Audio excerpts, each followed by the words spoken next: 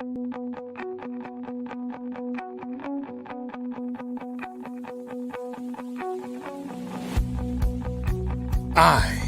am Black Business. From the moment I wake until the time I sleep. Yes, I am Black Business. I am Black Business. Tell me, are you Black Business? I am Black Business. Do you support Black?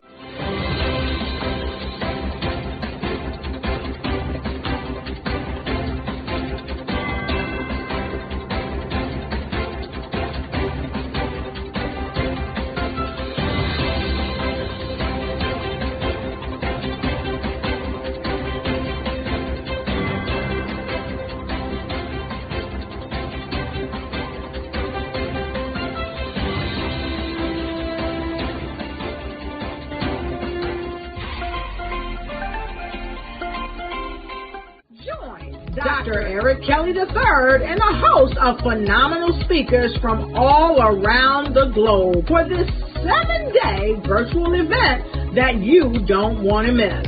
The mission of the Black Business Expo is to raise scholarship money from kids all the way from high school all the way from college. The Black Business Olympics is one of the largest Black business showcases in the world. It is an opportunity for businesses and companies to showcase their businesses globally. We are going to be giving away laptops up to $5,000 away to students.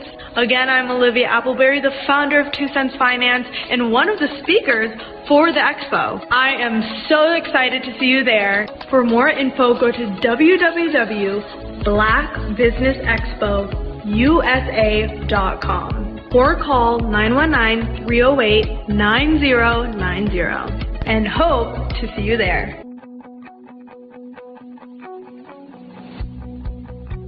I am Black Business.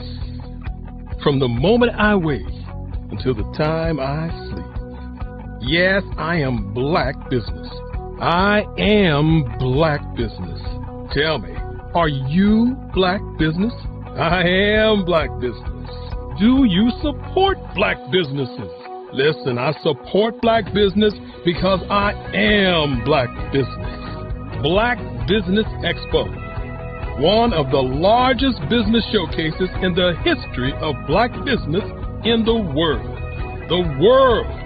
Sign up today at www.blackbusinessexpousa.com or call 919-308-9090. I am Black Business. I am Black Business.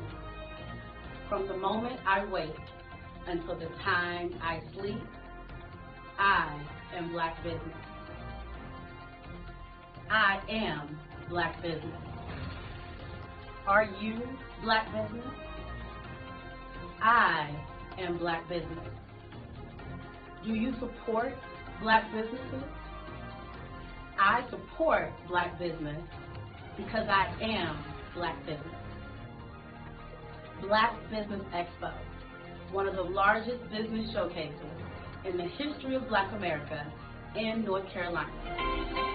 Join Dr. Eric Kelly III and a host of phenomenal speakers from all around the globe for this 7-day virtual event that you don't want to miss. The mission of the Black Business Expo is to raise scholarship money from kids all the way from high school all the way from college. The Black Business Olympics is one of the largest Black business showcases in the world. It is an opportunity for businesses and companies to showcase their businesses globally. We are going to be giving away laptops up to $5,000 away to students. Again, I'm Olivia Appleberry, the founder of 2 Cents Finance and one of the speakers for the expo. I am so excited to see you there. For more info, go to www.blackbusinessexpousa.com or call 919-308-9090 and hope to see you there. I am Black Business. From the moment I wake until the time I sleep. Yes, I am Black Business. I am Black Business. Tell me, are you Black Business? Black Business Expo, one of the largest business showcases in the history of Black business in the world.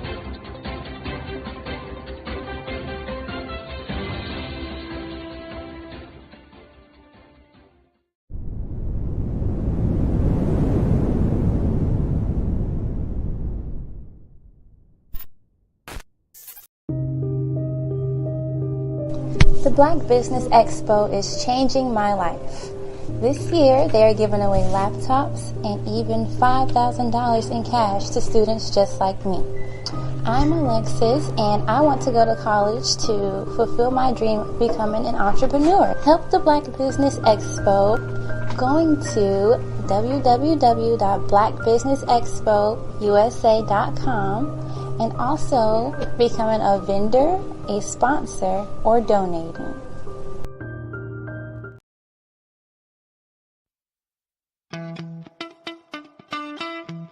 How many times have you been asked to help someone you didn't even know, a student, a business entrepreneur, or did you ever even ask, where did they end up? That business, that friend, that entrepreneur. Well, just maybe they ended up in a gang, bankrupt, homeless, or worse, dead. Maybe they turned to crime, drugs, and alcohol. Did you ever wonder? Did you destroy their dream, or was your life always so easy? At the Black Business Olympics, we started a movement to help students complete. Give them hope and foster success. Help them to leave their dreams of providing laptops, computers, and up to $5,000 in scholarship funds. Today, we ask you to help a student, a business owner, or an entrepreneur to realize their dream by sponsoring them, supporting them, and buying from them. Consider this. With $1.6 trillion in our Black community, we only ask for a small donation for our students, our businesses, and our entrepreneurs. And you can change a life today. So I ask you, what are you going to do? Sit on the sideline and watch our students in high school be losers, miss out on their dream from lack of resources? Or are you going to donate to the movement and change their future and yours as well? Give us a call today at 919-308-9090. Change their life by investing with action to the Black Business Olympic Fund. The Black Business Olympics, one of the largest business showcases of Black business in the history of the world.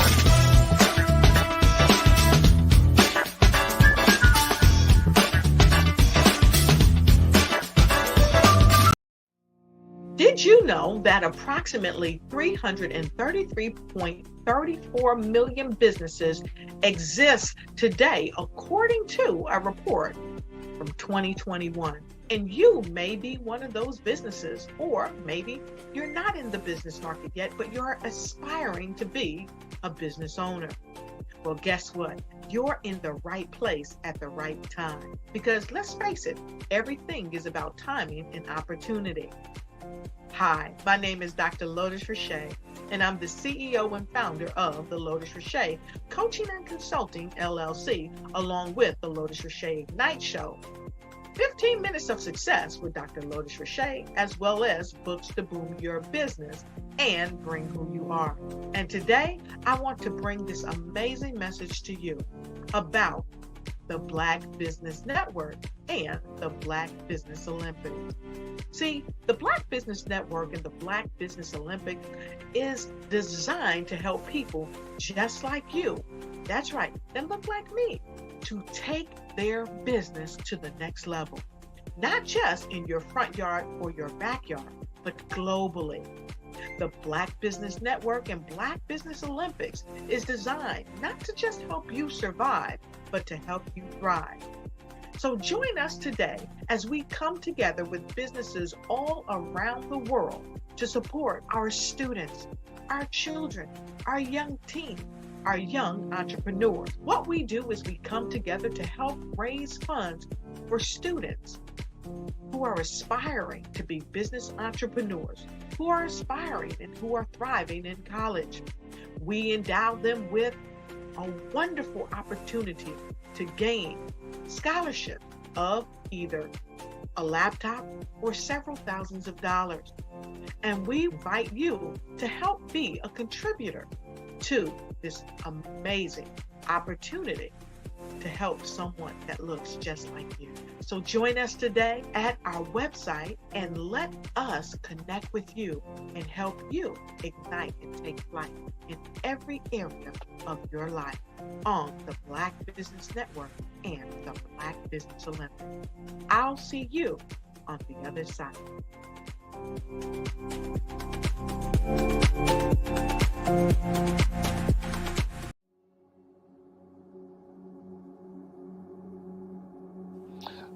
I was born and raised in southeastern West Virginia, the coal fields. My father was an AME minister. For me, I grew up in the segregated South. I was surrounded by flourishing Black businesses, doctors, lawyers, bankers, dentists. They were all there and they were all successful. And I guess that's part of my dream, is to see that success come back. My name is Joseph Simmons, and I am the founder of the Center for Micro Entrepreneurial Training. We have this moment in time where we can change the trajectory of people. And our focus is on women, Black and brown entrepreneurs, and their access to capital, their ability to build thriving businesses, the ability to employ people. There's a study that showed that in those three communities, especially Black and brown communities, $1 stays in those communities for 30 minutes. In white community, $1 stays in their communities for 8 hours. So think about it. For you in a Black or brown community to get gas, to get food, to go to a restaurant, you've got to leave your community, take those dollars out of that community and take it to another community that's already being well served. So if we can reverse that, if we can go from 30 minutes to an hour to 2 hours, that's progress. That's what we need to do. I was with SCORE. And then in May of 2020, of course, the events happened in regards to the murder of George Floyd. The other thing that I was experiencing was the denials of federal funds for small businesses. And it revolved around one thing. These businesses were not being prepared for grants and for government programs. And I came up with the idea for the Center for Micro Entrepreneurial based off those two things. Morgan Stanley had a report out in 2020, first quarter, and they talked about there were three groups that were massively devastated by COVID-19 on their business. That was 1, women, number 2, Black, and number 3, brown entrepreneurs. The research showed that they had less cash on hand, they had less opportunity to go into a bank and get money, and they were very dependent on family and friends to keep their business up and running. If we can focus on those three groups, then we can have a dramatic impact on our communities. Really, the focus is on 3 areas. And those 3 areas are 1, the people, number 2, the courses, and number 3, a support network. Here at CMAT, we will provide you with the fundamentals for generational success. And you will be creating a vibrant community by attending our 5-day immersive training course.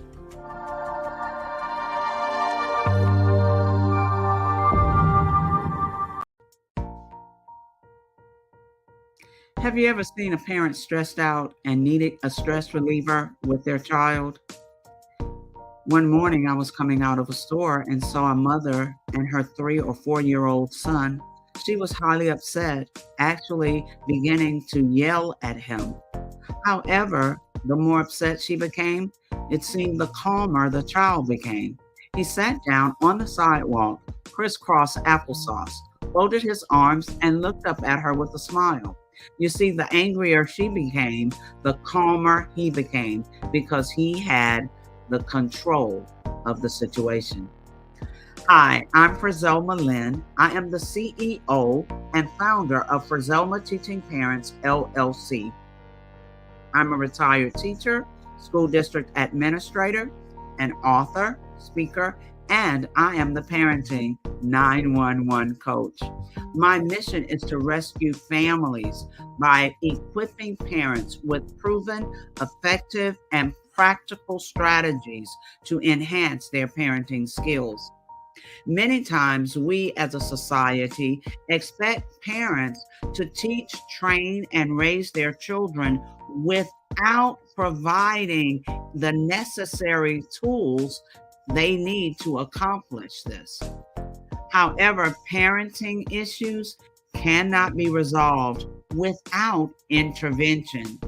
Therefore, Frizelma Teaching Parents has provided coaching programs, digital courses, and live webinar trainings to provide step-by-step research-based parenting strategies, even for parents whose children are disrespectful, defiant, for those who have been diagnosed with ADD and ADHD, and even for parents of adult children.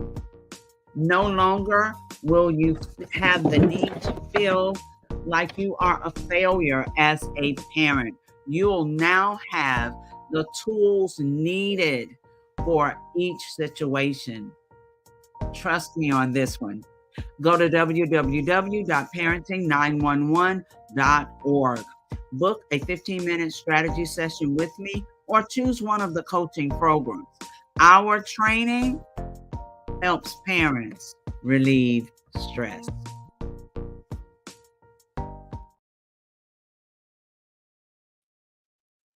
Welcome to the Black Business Network. My name is RJ Stevenson, and I will be your moderator for this afternoon on the Black Business Olympics. The Black Business Olympics is a network for business leaders, entrepreneurs, thought leaders, and innovators. My name again is RJ Stevenson. I'm the creator and CEO of the Creative Concepts, Production, and Design. I'm your business moderator. We have speakers from North Carolina, London, Singapore, Africa, Japan, and cities all over the United States. The Black Business Network is a global community sharing its business knowledge to empower, inspire, and educate businesses about business. Your first speaker for this afternoon is me, RJ Stevenson. I'm so glad to come before you and talk to you today about something that will help every business owner, CEO, and small business leader. We're going to talk about 3 bad habits for branding. Yeah, the 3 most common bad habits for branding. Now, you may be asking, why in the world are we talking about 3 bad habits for branding? I thought all I needed for a brand was a good logo, a nice motto or tagline, and a good website. Well, those things are definitely necessary for your brand image to excel in the industry. However, there are some things that can be done during your branding process that will really hurt your business rather than help. And I'm here today to share with you about the 3 most common bad habits of branding. How did I come upon this information? Well, I'm a branding specialist with Creative Concepts, Production, and Design. For over 20 years, I've helped to develop the brand and market image of high-level personalities, institutions, businesses, organizations, nonprofits, and organizations all over the world. It's been that experience that has helped me to know what works in branding and what doesn't work so well in branding. And I'm thankful to be able to give this opportunity to teach you the 3 most common mistakes in branding your business. All right, are you ready? You may want to take this moment to go ahead and share this with someone who needs to know, or get you a paper and pen because we're going to class today, okay? The first thing I want to tell you about the first most common mistake in branding a business is having a brand image that does not complement your mission. Having a brand image that does not complement your mission. Now we got to talk about these definitions. What is a brand image? A brand image or a brand mark is what most people consider a logo. Yeah, that one image that is supposed to tell everybody a symbolism of what your brand is about. It should be simple stated. It shouldn't need a whole lot of words to explain what it is. But a lot of times we find in the branding and graphic design business that a lot of businesses just don't have a good logo or brand image. What is the difference between the two? Glad you asked. A brand mark is something that's simply stated that by itself, without anything added, lets everyone know who you are. That leads to this word called consistency. I often refer back to this one popular brand mark that everybody can relate to and identify. Those two golden French fries in the sky. Yep, that's right. The McDonald's brand image. Did you know that it just wasn't an M? That's two golden French fries. Why would McDonald's use two golden French fries? Because it identifies the level of expectation of excellence, service, and consistency for their client base. Yeah, they don't have crinkly fries at McDonald's. They have straight golden French fries. They're not going to have Cajun fries at McDonald's. They're going to have straight golden French fries. They're not going to tell you to add French fries to McFlurries like my kids used to do after school. French fries and ice cream, I don't know why it works. I guess it's the sweet and the salty put together. They're going to give you straight golden French fries. Why? Because they're McDonald's. And that's a brand staple that they've become known for. And because they're consistent and intentional about producing golden French fries, what better mark for their brand than golden French fries? And throughout the ages, throughout the years, throughout the decades of their business, guess what? They've never changed their brand mark of golden French fries. Now, there have been other logos that they've used from time to time. You may be familiar with the Ronald McDonald House, a sister organization that is a nonprofit arm of what they do to provide services for young children and families. But you've never seen a Ronald McDonald sign on a McDonald's. You may have seen the logo used on the inside as a character or a mascot, but the thing that's consistent about every McDonald's are those golden arches up at the top of that sign. All right. Why? Because their brand mark complements their mission and vision. Their brand mark indicates that it is the quality and consistency of their food that makes them a staple brand in the industry. And believe it or not, because they're so good at it and so consistent with it, they're recognized not just in the United States of America, but worldwide. You can go to Japan and see the same golden arches. You can go to Russia and see the same golden arches. Why? Because they've identified a brand mark that can be consistent for who they are in the industry. Yeah. So the first thing I want to remind you or tell you as the first common mistake of bad branding is developing a brand mark that is not consistent or complement with your mission and vision. What would be a bad brand mark? Well, for the sake of not calling anybody out, I'm not going to say anything specific, but imagine a hospital. What is a hospital known for? A hospital is known for being a place that produces health. A hospital is a place that is supposedly a partner with the community. A hospital is a place where you could go and see passion for people. So imagine a hospital using a puppy as its brand mark, right? If it was a veterinary hospital, that might make sense. But a hospital serving people with a puppy as the brand mark just gives the wrong kind of message. Believe it or not, the CEO of a hospital may have this a puppy named Fido at home or a puppy named Rocky at home. That's been their puppy for a long time, and their family loves that puppy. But just because there's passion attached to the image of a puppy doesn't mean that that puppy is the best brand mark to identify their business. So sometimes in business, you have to make decisions based on what complements your mission and vision rather than just having an image that you like. So keep that in mind when developing your brand image, that your brand mark should definitely complement your mission and vision of your industry. Yeah. What's the first bad mistake in branding? Having a brand mark that does not complement your business. Man, I'm glad I got that out of the way. Them's golden arches are starting to make me hungry. It's lunchtime. The second most common brand mistake is this: misrepresenting your brand on social media. Ooh, I know that might have hit sort of hard. What do I mean by misrepresenting your brand on social media? You know, social media is a very interesting animal, right? We call it an animal because we really don't know how it's going to flow. One day the algorithms go to the left, one day the algorithms go to the right. And if you're not careful, you'll use social media in a way that it was never intended and not get the results that you want. What do I mean by misrepresenting your brand on social media?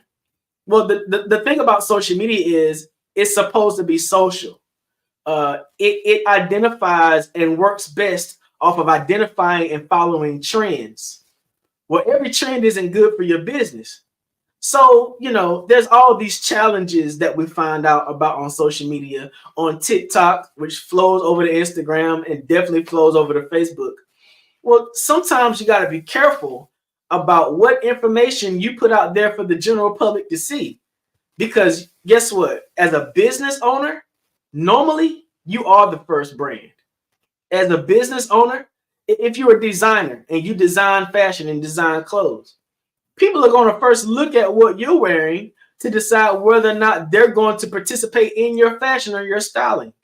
So if I find out that your name is the brand of your company, if I Google your name, I know you want me to find the company page, but I'm also going to find your profile. And when I find your profile, I know that's your own personal business. I know that you choose to go where you want to go and you choose to wear what you want to wear. But guess what?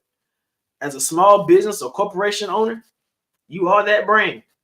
And a lot of the things that we might see on your social media may be a little bit confusing about the mission and vision of your brand.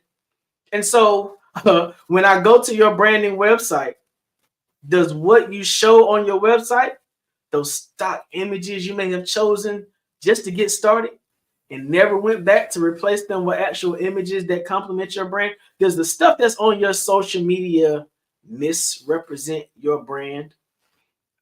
Think about this. Think about a person who tagged your brand in their own personal post. They tagged your brand. You're excited because this is going to allow their network and their contacts to find out about the goods and services and products that you have to offer.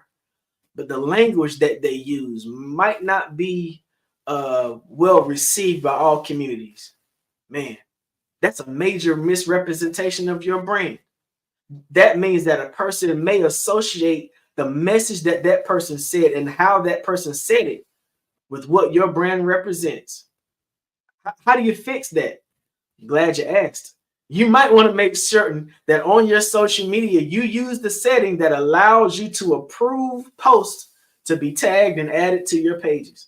That way, you can be responsible for the things and messages that are associated with your brand. Maybe you've used a certain material in your clothing if you're a designer, or a certain material in the process of developing your products that all people might not be welcoming of.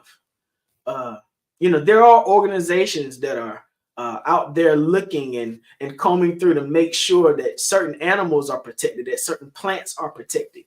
And your brand may have used a item or a texture or a piece of fabric or a material that may have been sort of harmful to certain people.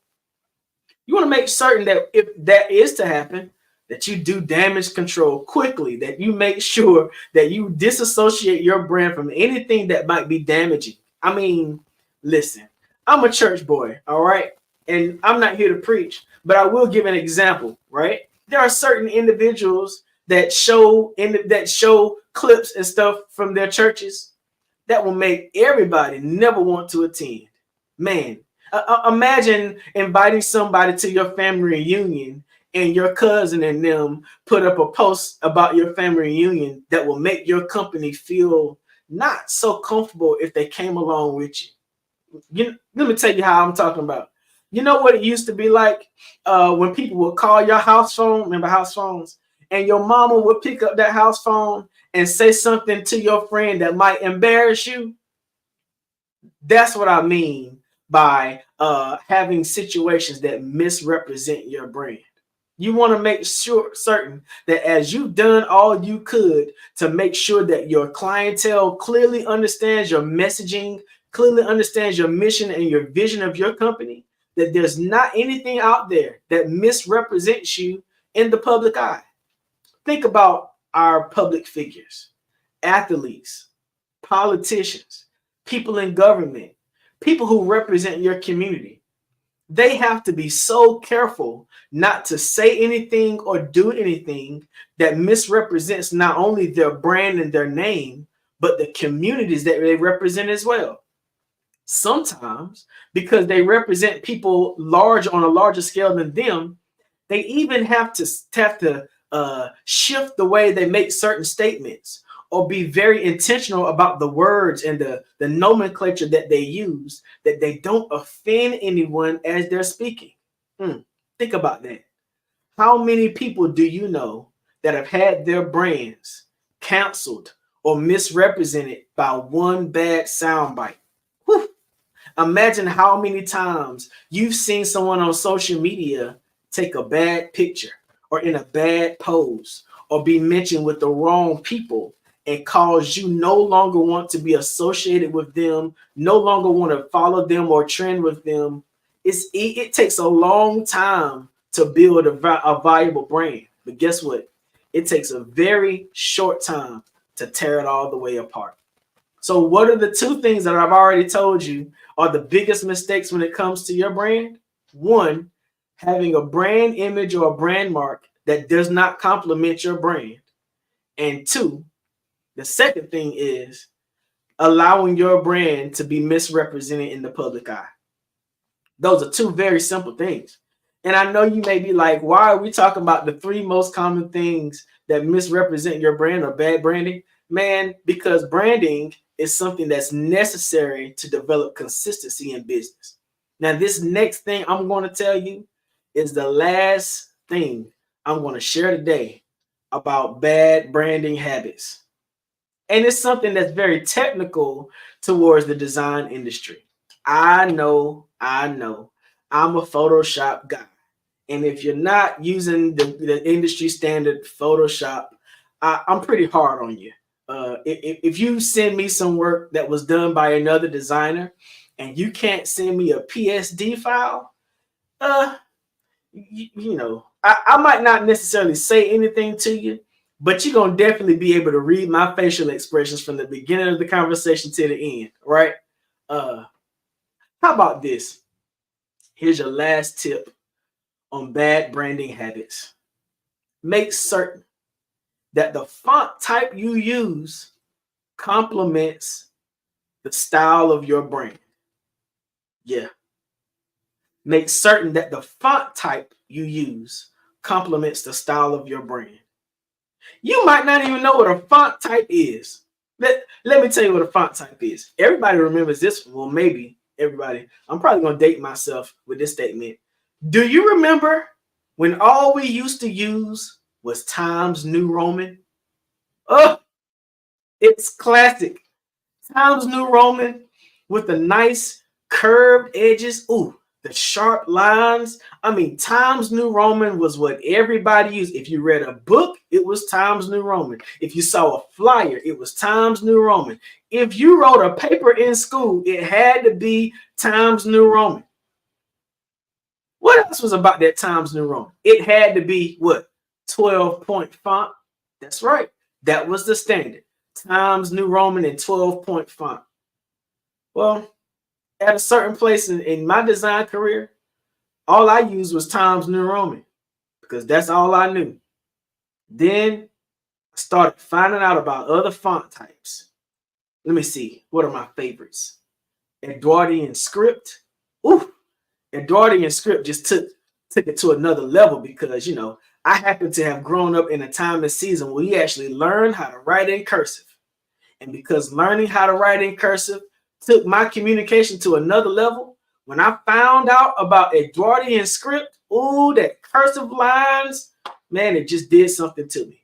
So I started off with pairing Times New Roman with Edwardian script. Then, when I moved from handwriting and word processing over to Microsoft Word, I found out about this other font type called Arial. Remember Arial? Arial used to be the default font on Microsoft Word. Man, Arial had those smooth lines. It didn't have the extra stuff. I'll call it stuff now. I'll tell you what it is later. It didn't have the extra stuff that Times New Roman had. It didn't seem as classic. It was more contemporary, but it wasn't as cursive as Edwardian script. So Arial became my thing. Think about that. The combination of Times New Romans, Edwardian script, and Arial, man, I knew 3 fonts and I thought I was doing something. Until I started doing some design work, and I would show people the flyer and I would ask them to read it. Man, there was so much text on the flyer that it overpowered all the images. Oh yeah, there was so much information on the flyer. The who, what, when, where, why, and then a whole novel of a description under it. Then you got to talk about parking. Then you got to talk about tickets. Then you got to talk about, you got a whole bio of the individual who's up there. I just didn't know no better. Let me tell you, as I'm talking you through this third bad habit of branding, using fonts that do not complement your brand image, let me tell you, there were a lot of things that I needed to know about the theory of design. It was more than having access to Photoshop. It's more than being able to pull up a program and make a nice picture. Listen, if you have a design that is a staple image, you got to understand what the design is for. Are you communicating about an event? Are you communicating about the image or motto or mission of a brand? If so, you want to go back to English class and be reminded that your teacher tried to teach you about being clear and concise with your messages. Yes, clear and concise. That's the third C word. Now we've had consistency, we've had clear and concise. Man, if somebody had told me that about branding and design earlier on, I would have been so much further along in my career. Because think about this. I design billboards. You're driving by a billboard in your car. You look up at this billboard, and as a business owner or marketing executive, you put so much budget into that billboard. You had to figure out exactly which billboard location would work good for you. You try to figure out what was the best billboard for the number of impressions, how many people drove by the billboard at noontime, how many people saw the billboard during the day. But if you put too much information on that billboard, nobody will ever read it. That's right. When we talk about design, you really have about 5 seconds of impression for a design. Yep. Normally when I'm working on designs and I'm making sure that I'm doing a good job, I ask somebody to look at the design, close their eyes, look up, and tell me what's the first thing they saw. The first thing that a person sees in the design should be the primary message. Is the primary message the title or topic of your event? Is the primary message the name of your company? What is the most priority message that you want someone to see from that design? That's called your priority message. And if I close my eyes and look at your design initially, and I don't see your primary message jumping out at me, you might want to reconsider the elements that you've added to this design. All right. Your primary message determines your major font type on your design. Yep. So watch this. We used McDonald's as an example before. Let's use McDonald's again. Do you remember what the McDonald's logo looks like? It's those golden arches. Now, think about it. Do you remember what comes under those golden arches? You got a red square and the word McDonald's. And guess what? The font that's used for that word McDonald's and the color that's used for that word McDonald's is the same anytime you see it. You've never seen a McDonald's sign that comes with the word McDonald's in a different size. It's always consistent, clear, and concise. Yep. That McDonald's font type does not change. If you see the word McDonald's translated into Japanese, guess what? It's going to have that same font type. It's going to have that same font size, and it's going to have that same font color because they have been consistent about their brand. All right. So the thing that you want to do is identify your primary branding font. All right.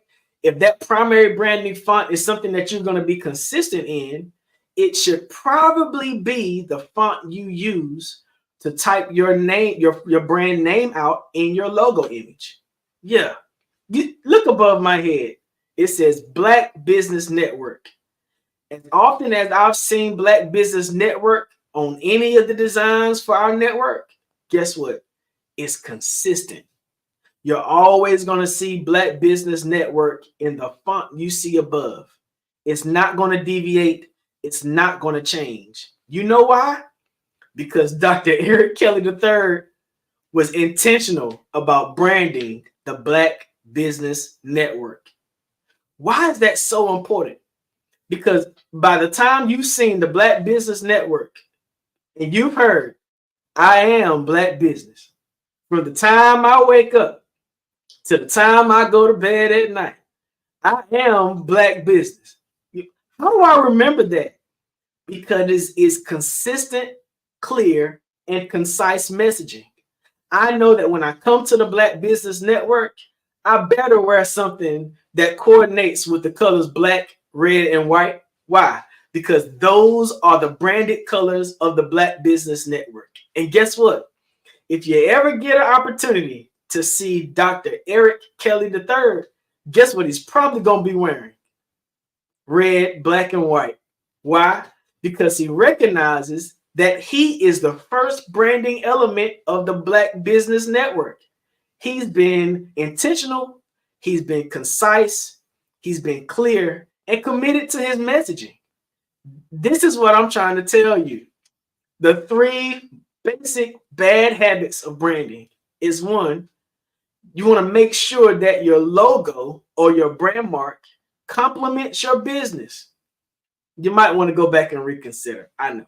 The second most common bad habit for business branding is you want to make certain that you're not misrepresenting your brand on social media. Yeah, it happens that way sometimes. The third thing you want to do to make sure that you don't have bad habits in branding is choose a consistent font type that complements your brand. Now, I know that some of you may be challenged by what I just said because, you went on Canva and you made this nice font. You made this nice brand image. You've got it on your business cards. Man, you've got it on your clothes. You've got your polo shirts done with your brand and you're proud of it. And I applaud you because it takes a lot to build a brand. But I still want you to consider that your brand mark needs to be complementary to your brand. I still want you to consider that what you put on your social media needs to not misrepresent your brand.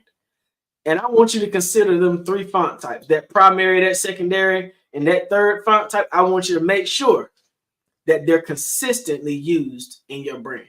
Now, I know I've given you 3 things to consider, and I wouldn't come here and pose a problem to you and not provide you with a solution. Creative concepts, production, and design is your solution for specializing in branding. All right. Let me take a moment to sit down with you and take your brand to the next level. We offer film, we offer design, we offer photos, we offer websites that can take your brand image to the next level. Oh, I've had the opportunity to do some major business when it comes to developing the brand and marketing image for companies, persons, and businesses throughout the world. But I want to help you. I want to help you as a Black business owner allow your brand to be seen in the same market viability as your competitors.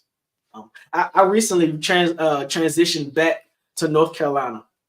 One of the first things I was able to do here in the business community is to attend a meeting, a procurement meeting with what was called the Hub. Here in North Carolina, it's referred to as historically underserved business.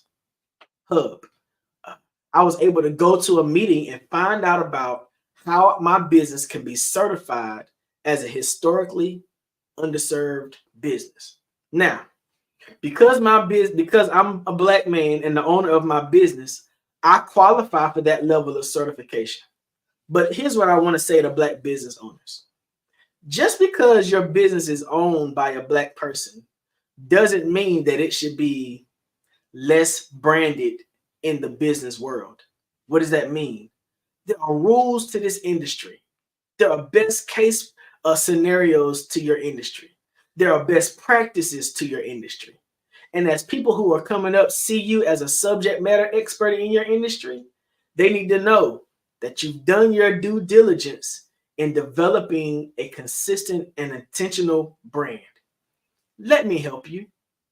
Let me help you draw people to your brand, to your business, to learn about your product and services by helping you develop a clear, concise, and consistent brand image.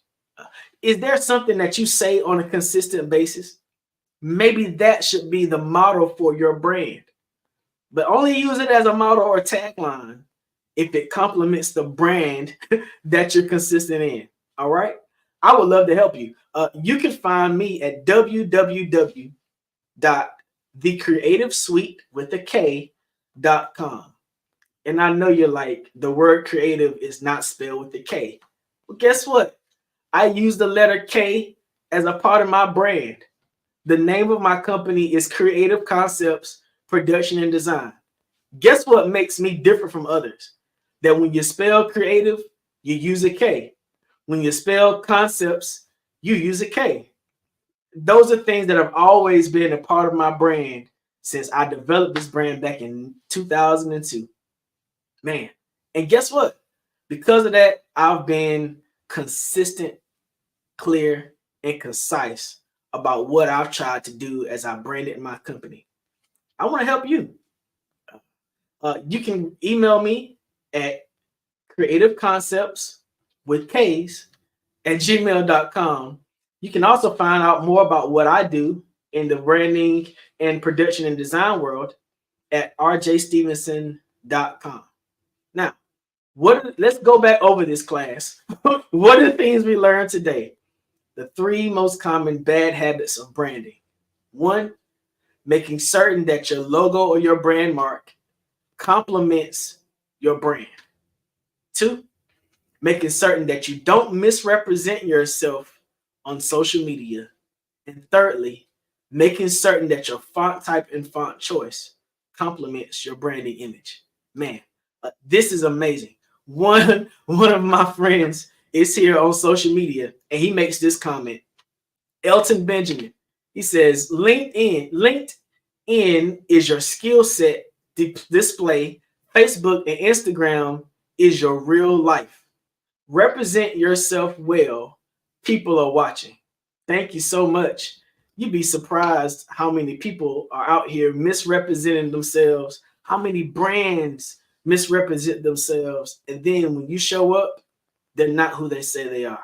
Man, be consistent, clear, and concise with your branding image. I'm so thankful to have had this opportunity to share about this topic, the 3 most common bad habits in branding, here on the Black Business Network. Now, the Black Business Network is a network for business leaders, business owners, entrepreneurs, thought leaders, and corporations. We have speakers from North Carolina, London, Singapore, Africa, Japan, and cities all over the United States of America. But what we're doing is doing our best to provide scholarships and laptops for high school seniors going to college or K through 12 entrepreneurs. The expo is a fundraiser for students. You can go to www.blackbusinessexpousa.com to donate to the scholarship, or use the Cash App that's on the screen below, $BBXUSA. Our goal is to give laptops and up to $5,000 to 10 students. Students can register at www.blackbusinessexpousa.com. Every dollar counts, so we want to remind you to donate to the scholarship fund. We want to thank our Black Business Expo USA sponsors for April 2024.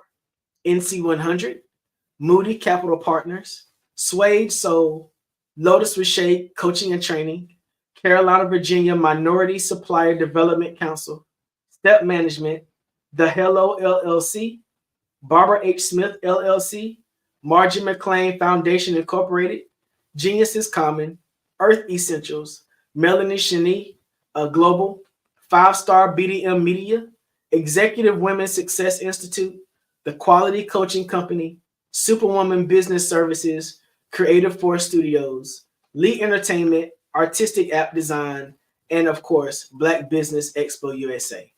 My name is RJ Stevenson, the CEO and founder of Creative Concepts Production and Design. I'm now relocated to North Carolina and would love an opportunity to earn your business. Thank you so much for following me and watching me present 3 Bad Habits of Business Branding. Genius is common, and I'll see you on the other side. What if you could build your own city? A place where every child can find nurturing people to help them achieve their full potential. A place where every adult can access job training support, where health education is abundant, where social justice ruled the land. A place without limitations. Welcome. You have arrived at STEM City USA. It is what every city should be. A safe and trusted community where you find people and resources to help you become everything you are and beyond. STEM City is unlike anything you have ever experienced. It is a digital twin of the world around you, only better. STEM City is about energy and soul renewal. It is more than a digital world. You can almost feel the power of live cultural events, music, and theater. STEM City promises a better future for children with caring mentors and hands-on activities with dedicated tutors to support our youth. STEM City is your passport to a healthy lifestyle with weekly events addressing our community's many issues. STEM City is your financial well-being with helpful information on wealth management, career advancement, job training, and so much more. STEM City is the community you deserve. It is the city where your dreams can come true. STEM City USA, a place in the sky that is accessible to all who reach for the stars.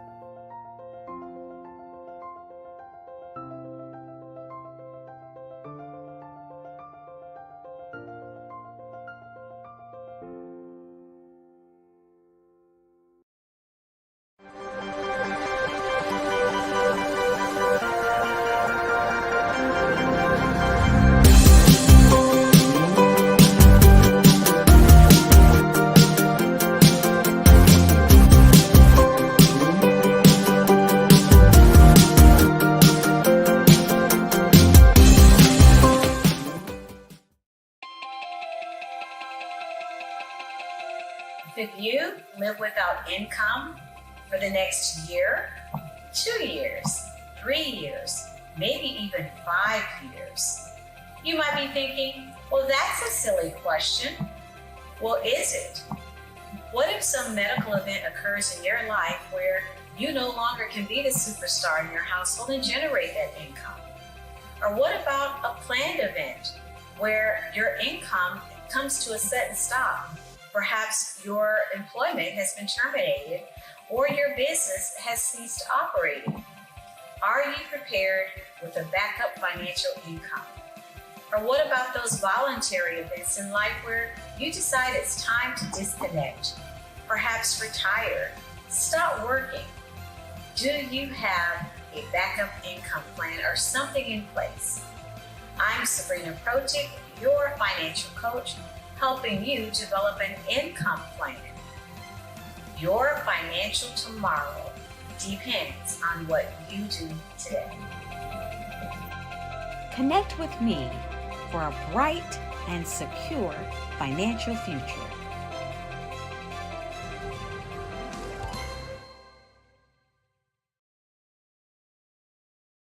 I am from Washington, D.C., but I was raised in Durham, North Carolina. I came to Durham when I was about 5 or 6, and then I traveled back and forth to D.C. because it's where my people are from.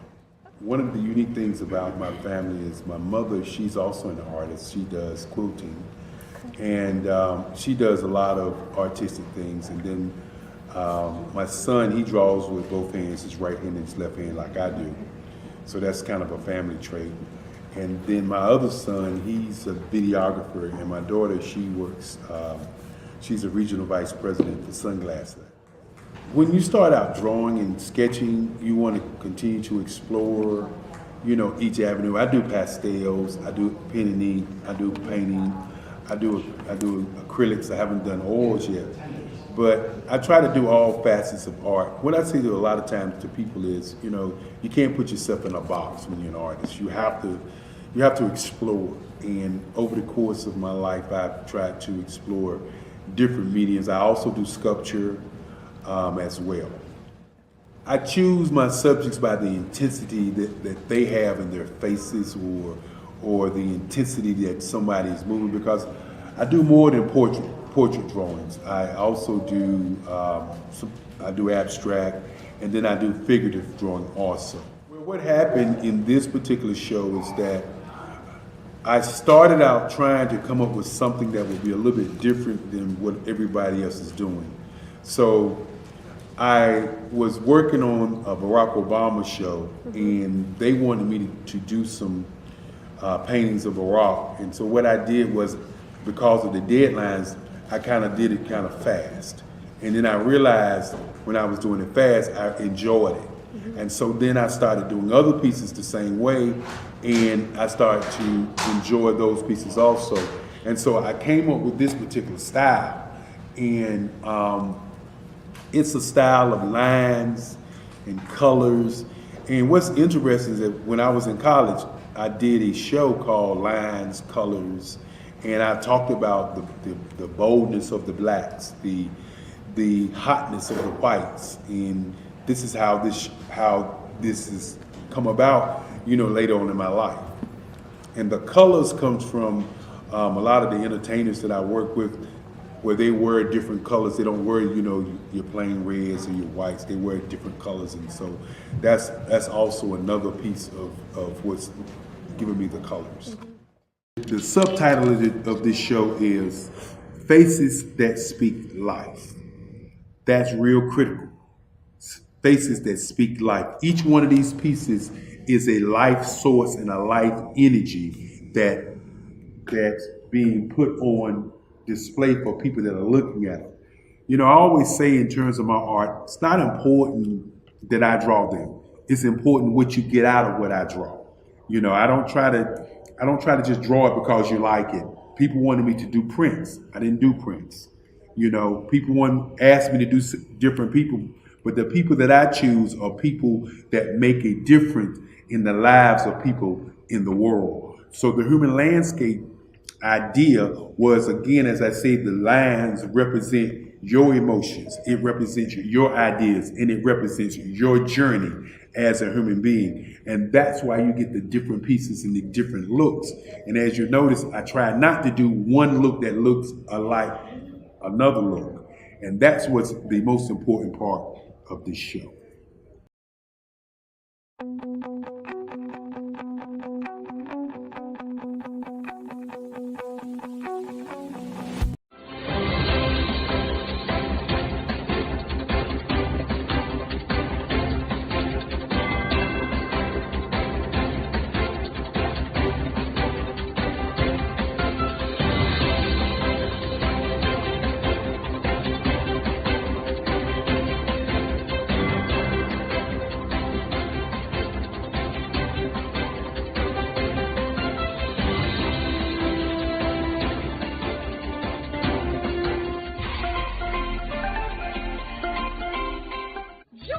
Dr. Eric Kelly III and a host of phenomenal speakers from all around the globe for this 7-day virtual event that you don't want to miss.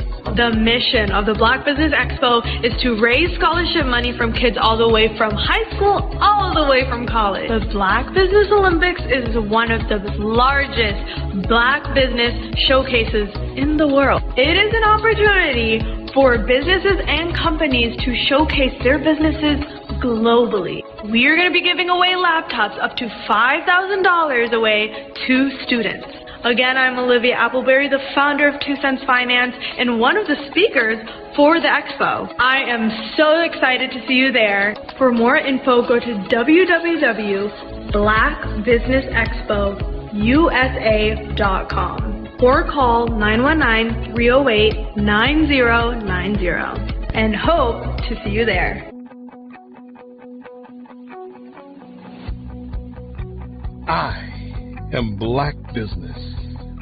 From the moment I wake until the time I sleep. Yes, I am Black Business. I am Black Business. Tell me, are you Black Business? I am Black Business. Do you support Black businesses? Listen, I support Black business because I am Black Business. Black Business Expo, one of the largest business showcases in the history of Black business in the world. The world! Sign up today at www.blackbusinessexpousa.com or call 919-308-9090. I am Black Business. I am Black Business. From the moment I wake until the time I sleep, I am Black Business. I am Black Business. Are you Black Business? I am Black Business. Do you support Black businesses? I support Black business because I am Black Business. Black Business Expo, one of the largest business showcases in the history of Black America in North Carolina. Join Dr. Eric Kelly III and a host of phenomenal speakers from all around the globe for this 7-day virtual event that you don't want to miss. The mission of the Black Business Expo is to raise scholarship money from kids all the way from high school all the way from college. The Black Business Olympics is one of the largest Black business showcases in the world. It is an opportunity for businesses and companies to showcase their businesses globally. We are going to be giving away laptops up to $5,000 away to students. Again, I'm Olivia Appleberry, the founder of 2 Cents Finance and one of the speakers for the expo. I am so excited to see you there. For more info, go to www.blackbusinessexpousa.com or call 919-308-9090 and hope to see you there. I am Black Business. From the moment I wake until the time I sleep. Yes, I am Black Business. I am Black Business. Tell me, are you Black Business? Black Business Expo, one of the largest business showcases in the history of Black business in the world.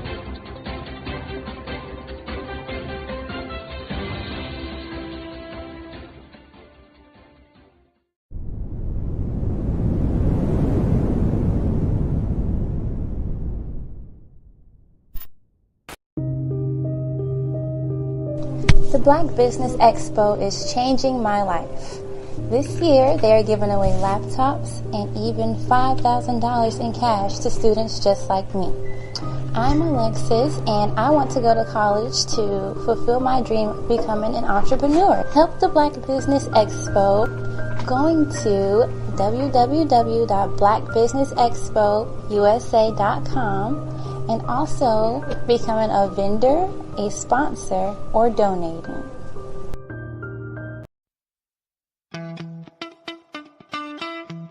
How many times have you been asked to help someone you didn't even know, a student, a business entrepreneur, or did you ever even ask, where did they end up? That business, that friend, that entrepreneur.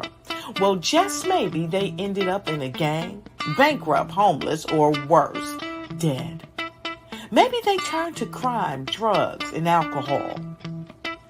Did you ever wonder? Did you destroy their dream, or was your life always so easy? At the Black Business Olympics, we started a movement to help students complete. Give them hope and foster success. Help them to leave their dreams of providing laptops, computers, and up to $5,000 in scholarship funds. Today, we ask you to help a student, a business owner, or an entrepreneur to realize their dream by sponsoring them, supporting them, and buying from them. Consider this. With $1.6 trillion in our Black community, we only ask for a small donation for our students, our businesses, and our entrepreneurs. And you can change a life today. So I ask you, what are you going to do? Sit on the sideline and watch our students in high school be leaders, miss out on their dream from lack of resources? Or are you going to donate to the movement and change their future and yours as well? Give us a call today at 919-308-9090. Change their life by investing with action to the Black Business Olympic Fund. The Black Business Olympics, one of the largest business showcases of Black business in the history of the world.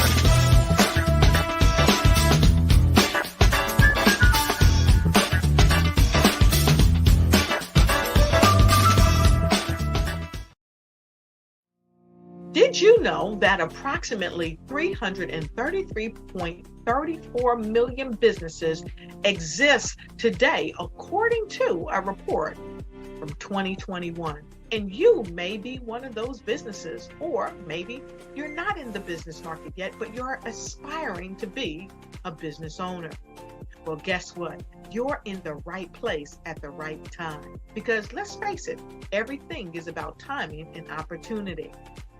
Hi, my name is Dr. Lotus Richey, and I'm the CEO and founder of the Lotus Richey Coaching and Consulting LLC, along with the Lotus Richey Ignite Show.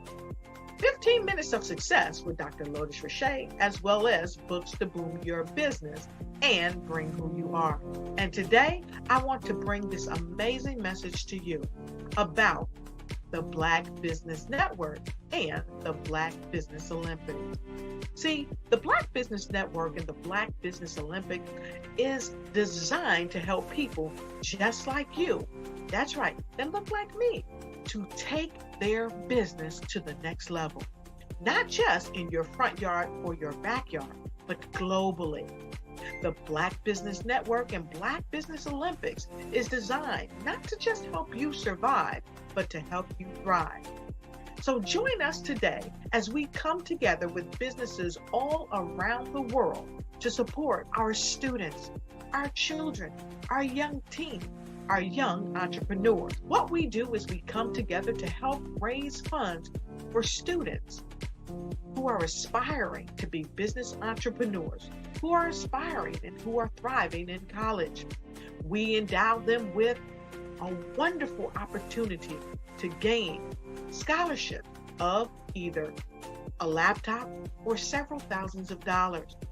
And we invite you to help be a contributor to this amazing opportunity to help someone that looks just like you. So join us today at our website and let us connect with you and help you ignite and take flight in every area of your life on the Black Business Network and the Black Business Olympics. I'll see you on the other side.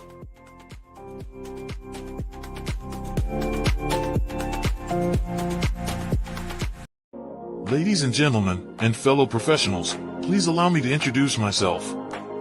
I am David Jones, the co-founder and CEO of the Hello LLC, where I am passionately dedicated to guiding individuals and businesses toward their own return on time investment.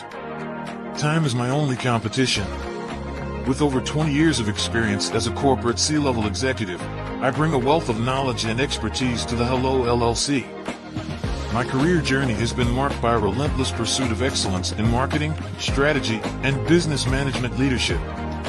I have had the privilege of working with renowned Fortune 500 companies such as Xerox, American Airlines, Hilton, and Geico. However, what truly drives me is the transformational work we do at the Hello LLC. We are pioneering a new approach to business in the metaverse, where we empower businesses and individuals to build strong foundations, automate their processes and systems, while thriving in the ever-evolving digital landscape. More than just a 3D digital marketing agency, the Hello LLC is truly a community built on love, kindness, and integrity. We want more for you than from you. As I often say, collaboration is the new competition.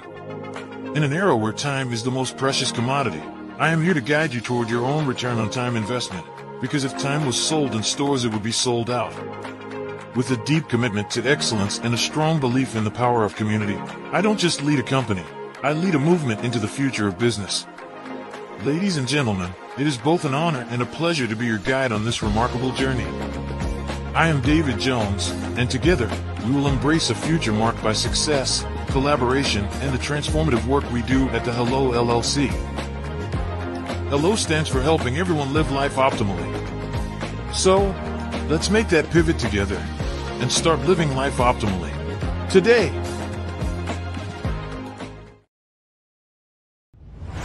Social media is evolving. It's more vibrant, more colorful, more energetic, and so are you. It's not just photos anymore. It's video, it's audio, it's subscriptions. And now there's Fanbase, a new monetized social network.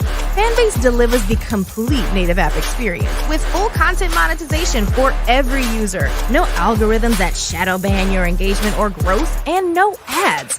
Follow anyone for free and subscribe directly to your favorite creators for $4.99 a month. Plus, show some love by tipping on any post. Also, make a Fanbase page and monetize your content the same way. Finally, connect with your followers by posting the amazing content you already create. And now, get paid for it. It's time to energize and monetize, because everyone's a fan of something and everyone has a fan base.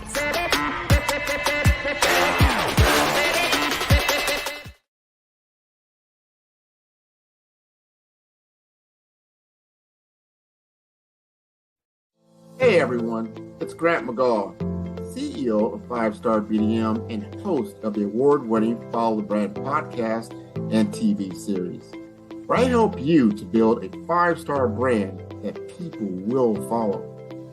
My genius is personal brand development through intelligent communication and helping you achieve your business and career goals.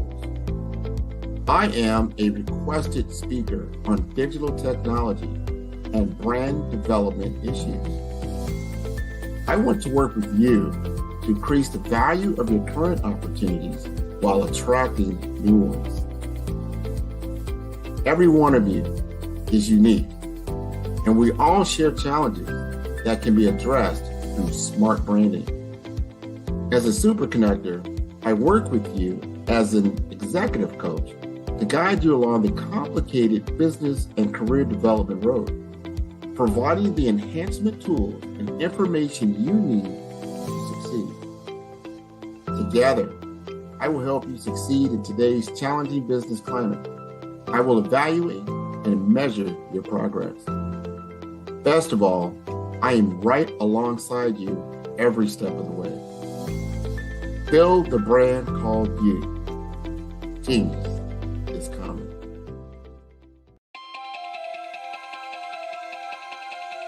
Could you live without income for the next year, 2 years, 3 years, maybe even 5 years? You might be thinking, Well, that's a silly question. Well, is it?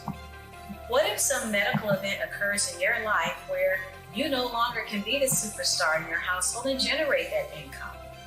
Or what about a planned event where your income comes to a sudden stop? Perhaps your employment has been terminated or your business has ceased operating. Are you prepared with a backup financial income?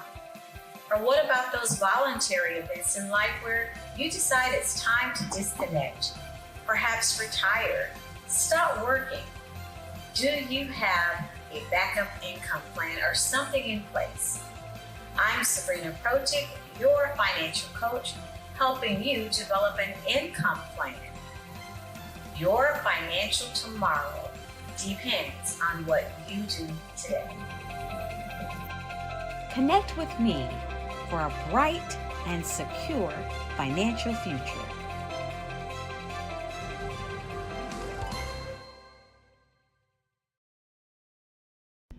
Why do I do what I do? You know, my life coach asked me that a few years ago. And she said, Tony, what's your why? And I told her, and she said, girl, you've already accomplished that. Perhaps you need a new why. Hi, Tony Harris, Amy Hoydu with Say It Said Marketing, one of your students. And just wanted to say thank you, Tony Harris, for spending so much time with me and giving me that boost in my business that I so drastically needed.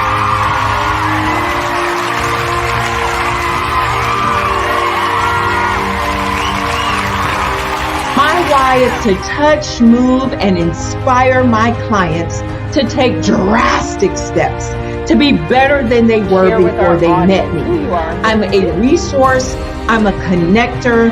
I want to help people build deeper relationships that are beneficial to their life and business. That's what I do best. So, first thing you got to do is show up. And speaking is a way to magnetically attract your ideal client to you. How many of you use social media that way?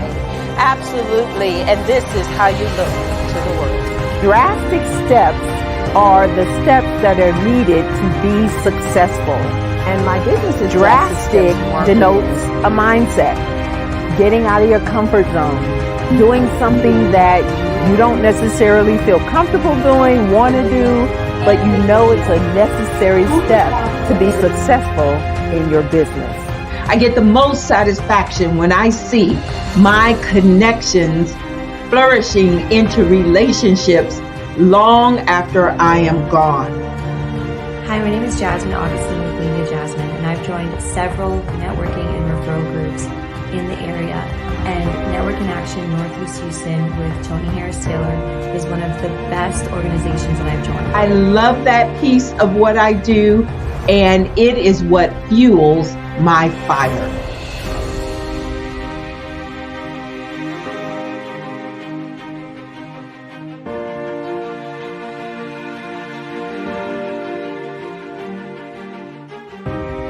My name is Tony Harris Taylor, saying take a drastic step today for a fantastic tomorrow.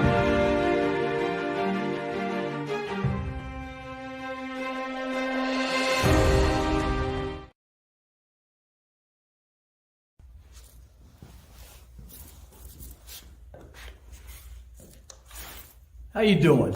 I'm Rodney Allen Rippey. Yeah, the child actor. Well, now, leading man.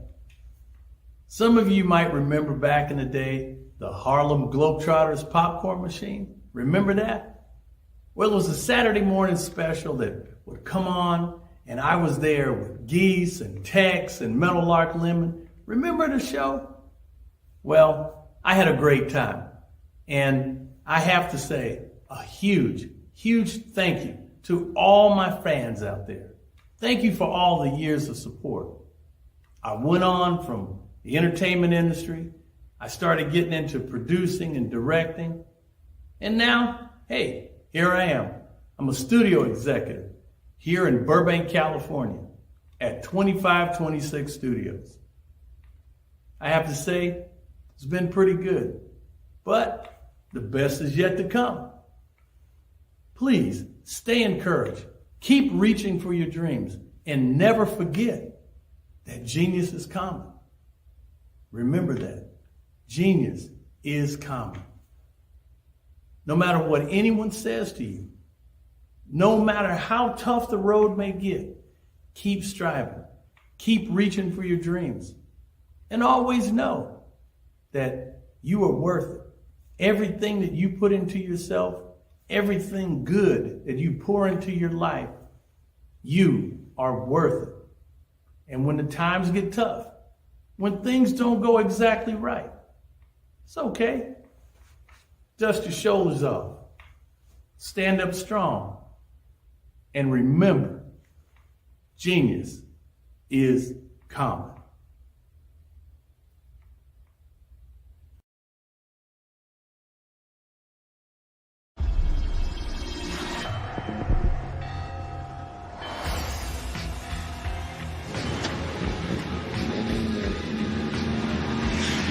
La connexion. La connexion.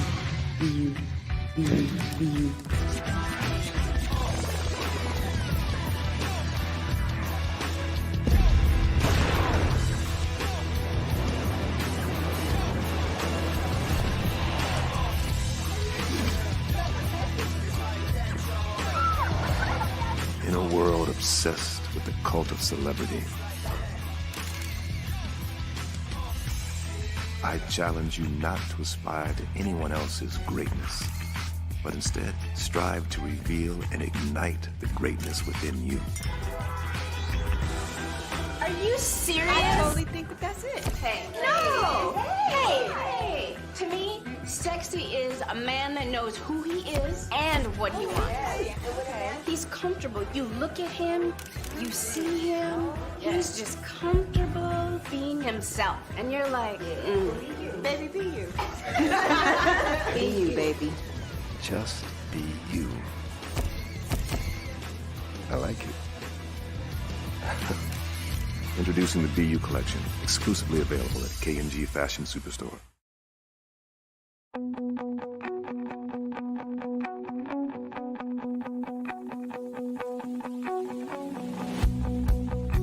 I am Black Business. From the moment I wake until the time I sleep. Yes, I am Black Business. I am Black Business. Tell me, are you Black Business?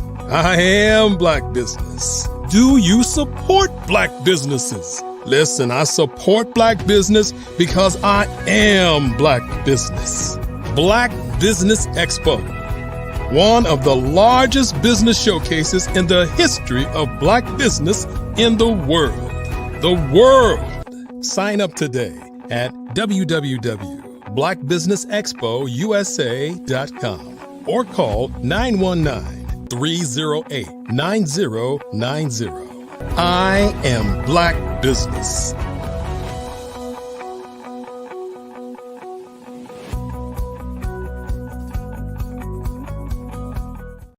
My friend, my brother is with us, RJ Stevenson.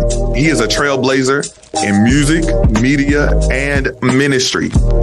For over 20 years, he has helped develop and establish the national branding images of businesses, institutions, nonprofit organizations, and high-profile personalities. He's a successful church planter. He has been blessed to serve as a preacher, a presenter, and a speaker at various conferences and conventions across the globe. He has established several successful churches and ministries under the brand The Infinity Church in Raleigh, North Carolina, Conway, Arkansas, and currently in Tampa, Florida. Stevenson's insight in media and evangelism caused ministry to soar during the season of a pandemic. The church has left the building by embracing a hybrid model that served both physical and digital ministry partners. We are excited to have this man of God to come before us. We're going to yield this platform into the hands of Pastor Stevenson that he may give us further instructions, further directives at this time.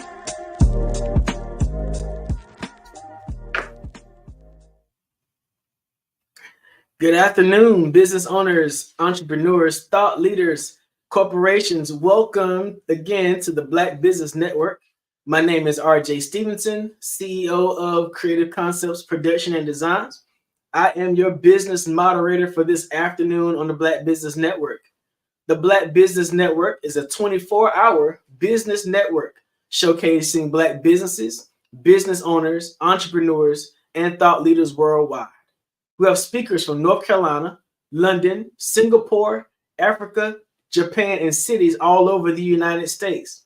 The Black Business Network is a global community sharing its business knowledge to inspire, empower, and educate businesses about business. Our next keynote speaker this afternoon is Shadana Mo McFall. She's a visionary and dedicated leader, blending her 20 years of Air Force service with a deep commitment to community. With a creative flair, she channels her passion into marketing, media, and public relations, striving to make a positive impact wherever she goes. Her heart of gold shines through in all her endeavors. Why don't you welcome to the Black Business Olympics, Shadana Mo McFall. Hey, how are you? How you doing?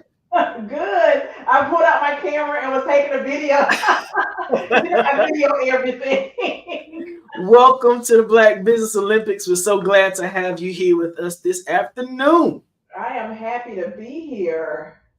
So Shadana, everybody knows you as Mo. All right. Yeah. I came back to Fayetteville a little while ago, Fayetteville, North Carolina, and everywhere I look, Mo here, Mo there, Mo everywhere. Tell a little bit about who you are and what you do here. Yes, absolutely. So yes, my name is Shadana Mo McFall. I am a native of Fayetteville. I did 20 years in the military and moved back here in 2016. So I've been back for about 8 years.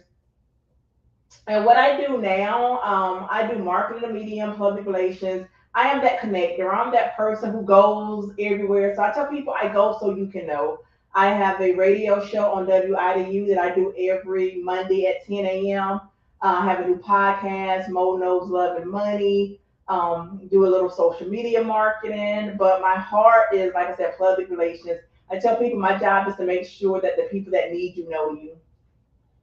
So tell us about the business of public relations. I'm a branding strategist, marketing guy, designer, but there's a lot of difference between those things and what public relations is. So can you be more specific about the business of public relations? Yeah, so I just, real easy, I make you look good to the public. And really that's what it says in his name, public relationships. So I tell people in order to be good at public relations, you have to be good at private relationships. So and I say this, and like a politician, going out shaking hands and kissing babies, it's a lot of it is community engagement, but a lot of it too is the marketing, the media, the news, the newspapers, the radio. It's just how people see you in the public, how you're viewed in the public's eye. Like, with marketing, you tell the people what you wanted to do, but with public relations, people form their own opinion about you based on what you put out there. So you can't really control. You can control what you put out there, but you can't control how people take it. So you were previously in the military. You served in the Air Force. What did you do in the military, if you don't mind asking? Yes, absolutely. So my primary job is what they call information management, knowledge operations. So it was always my job to get the right people, the right information at the right times to make the right decisions. So I took that skill set and maneuvered it over to the marketing, the media, and public relations, because basically that's all it is. And during my time in the military, I was able to work in maintenance squadrons, in public affairs, in intel squadrons. I did some religious support. So even in big corporations, everybody has an admin, everybody has HR, everybody has that paperwork piece. So that's what I did in the military. When you're new to the base, making sure you have somewhere to stay, making sure you have a sponsor, making sure when you get to the squadron, your email works, making sure you know where you need to be. So that's basically what it was a lot to it, because you're the commander's right hand. You're the people who did the paperwork to make sure you had your awards and decorations, to make sure you got promoted, make sure you got to your dentist appointments, your PT test, all of the things that you needed to do for your career. We help manage it. We help make sure that you know where you had to go.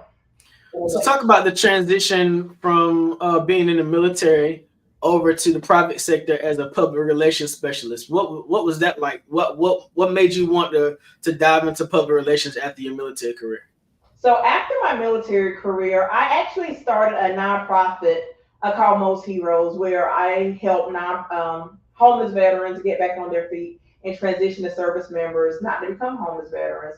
So, here in Fayetteville, we have a large homeless population. We have a large veteran population. But with that being said, we have a lot of help. So with there being so much help, it was just like, it's kind of getting lost in the sauce. And I went over to the community college. I was using my GI Bill. And my counselor was like, well, Mo, you did all this great marketing, media, and public relations for your nonprofit. Why don't you start a business and do it for other nonprofits and other transition to service members? And that's kind of how the Mo You Know was born. This was like in 2018. So last week, we actually celebrated our 6th anniversary with the Welcome to Cumberland County Mixer. So the transition, I tell people all the time, I feel like I've been on a Cumberland County boot camp. Because when I got back, I was like, well, I'm from Fayetteville. I've been running these Cumberland County streets since I was 15 years old, So I thought it was going to be easier than it actually was. But still did it, still, was very obedient, still very disciplined. And I went and did the things that God told me to do, went and talked to the people he told me to talk to. And here we are. Wow, that's an amazing story. Being in Fayetteville, North Carolina, is a different place than any other place I've ever lived in my life. Yeah.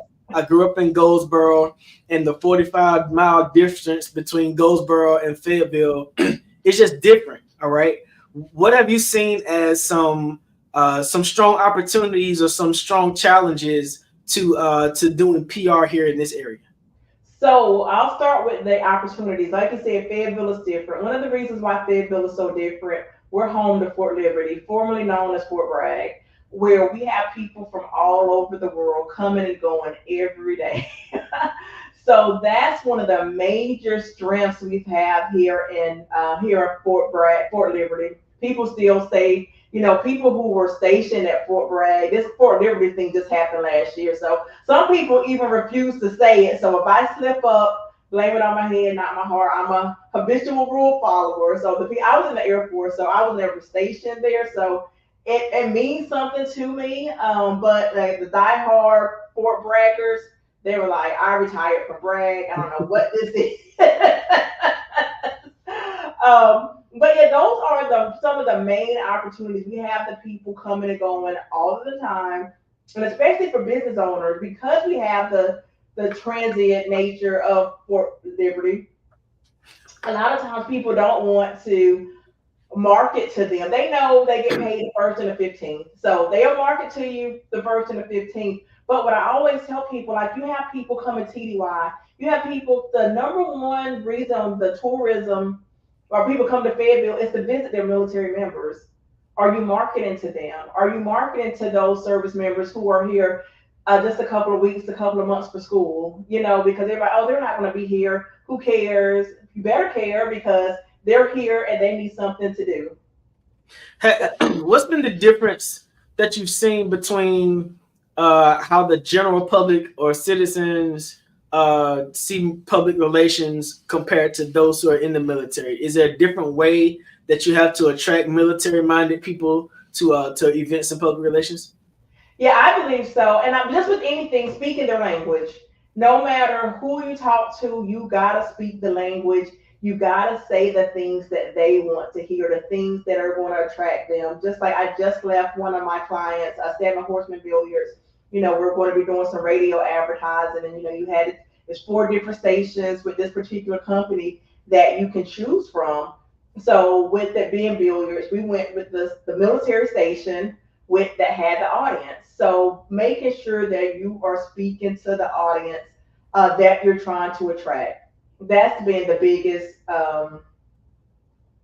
the biggest thing for me, because a lot of times, well, you may or may not know, the jargon is so different. They're used to things that you say in the military. That's one of the things they tell people. All that military jargon, leave it alone, because civilians don't understand it. And when people don't understand it, they undervalue it, they devalue it, and they don't do anything with it. So being clear and making sure that we're on the same page and speaking the same language, just like if you were to go to a foreign country, if you don't understand what those people are saying, or if they don't understand what you're saying, you're not going to get anywhere. So let's talk about that. Let's dive in a little deeper. One thing I've noticed as I moved across the country is that communities have a problem with communication. When you move into a new area, you sort of don't know anything about the area until you run into the right person who might give you in Tampa. You had to be sort of connected to these 5 group me's in order to find out what's going on in the city. The newspaper for that community. You have some people who fool with the newspaper, some people who ain't studying the newspaper. So how have you found it being at the center of communication? What tips can you give Black businesses about how to communicate with the general public? So I'm glad you asked that question, because that is my specialty, or I like to think it's my specialty. One of the things, and I heard it in the commercial, one of the ladies was talking about just showing up.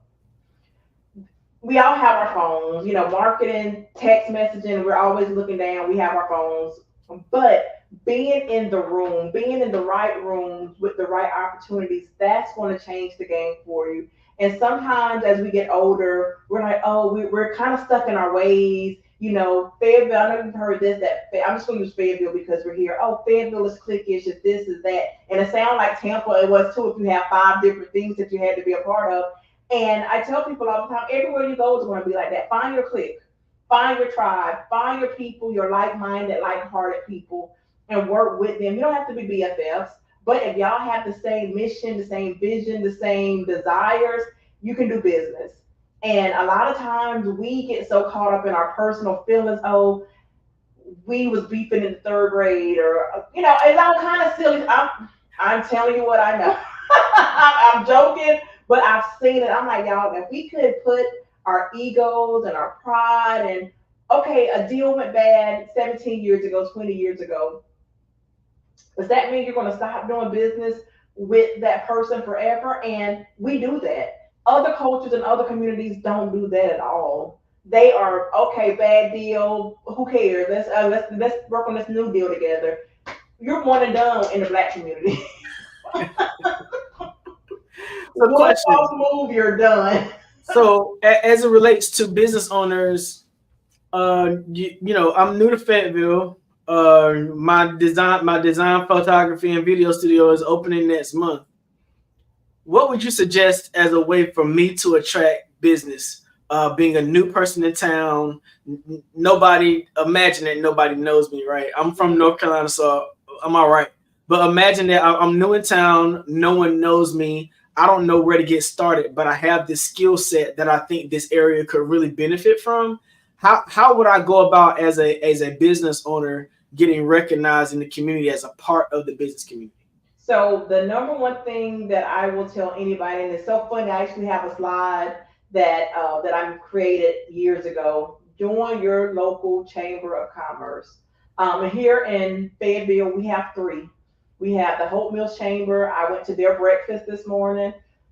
My last meeting was with Cumulus Media, who's a part of the Fayetteville Chamber. When you join the Fayetteville Chamber, you get a $500 radio certificate to advertise with their radio station. So we just did that today. And then Spring Lake has the Sand Hills Chamber. Then, Rayford has a chamber. Every community has a chamber. We have the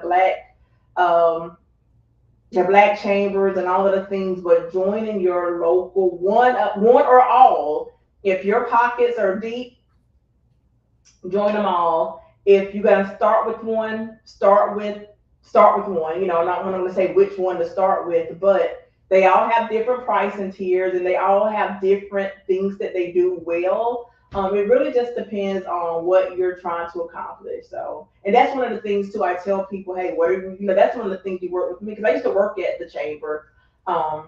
So it's a matter of what are you looking for and which chamber is going to give you the biggest bang for your buck starting out. One thing in business I've never understood is entrepreneurs who are introverts. Entrepreneurs and pastors. I don't understand how those two kinds of people can be introverts and not be interested in getting to know people, being social in the community, because it's those relationships that help to thrive and help to drive your business. If there are people who are watching the Black Business Olympics today who are they know they have a position as a CEO or entrepreneur or a small business owner, but just they're not interested in going to networking events. They're not interested in meeting a whole lot of new people. What tips can you give them to help them become more comfortable as an entrepreneur so that their business can thrive in this kind of environment? I will tell them, like I said, to hire a PR, because that's serious. And I'm being serious because I deal with that with most of my clients.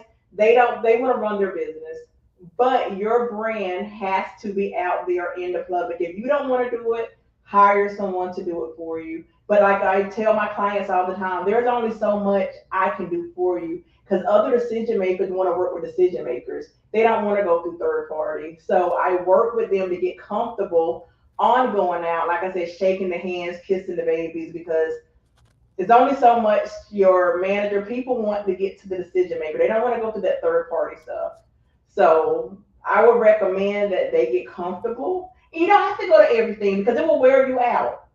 It will wear you out. Pick the events that the people that you want to do business with, where they're going to be. So in Fayetteville, we have, like I said, the chambers do their breakfasts and their networking things.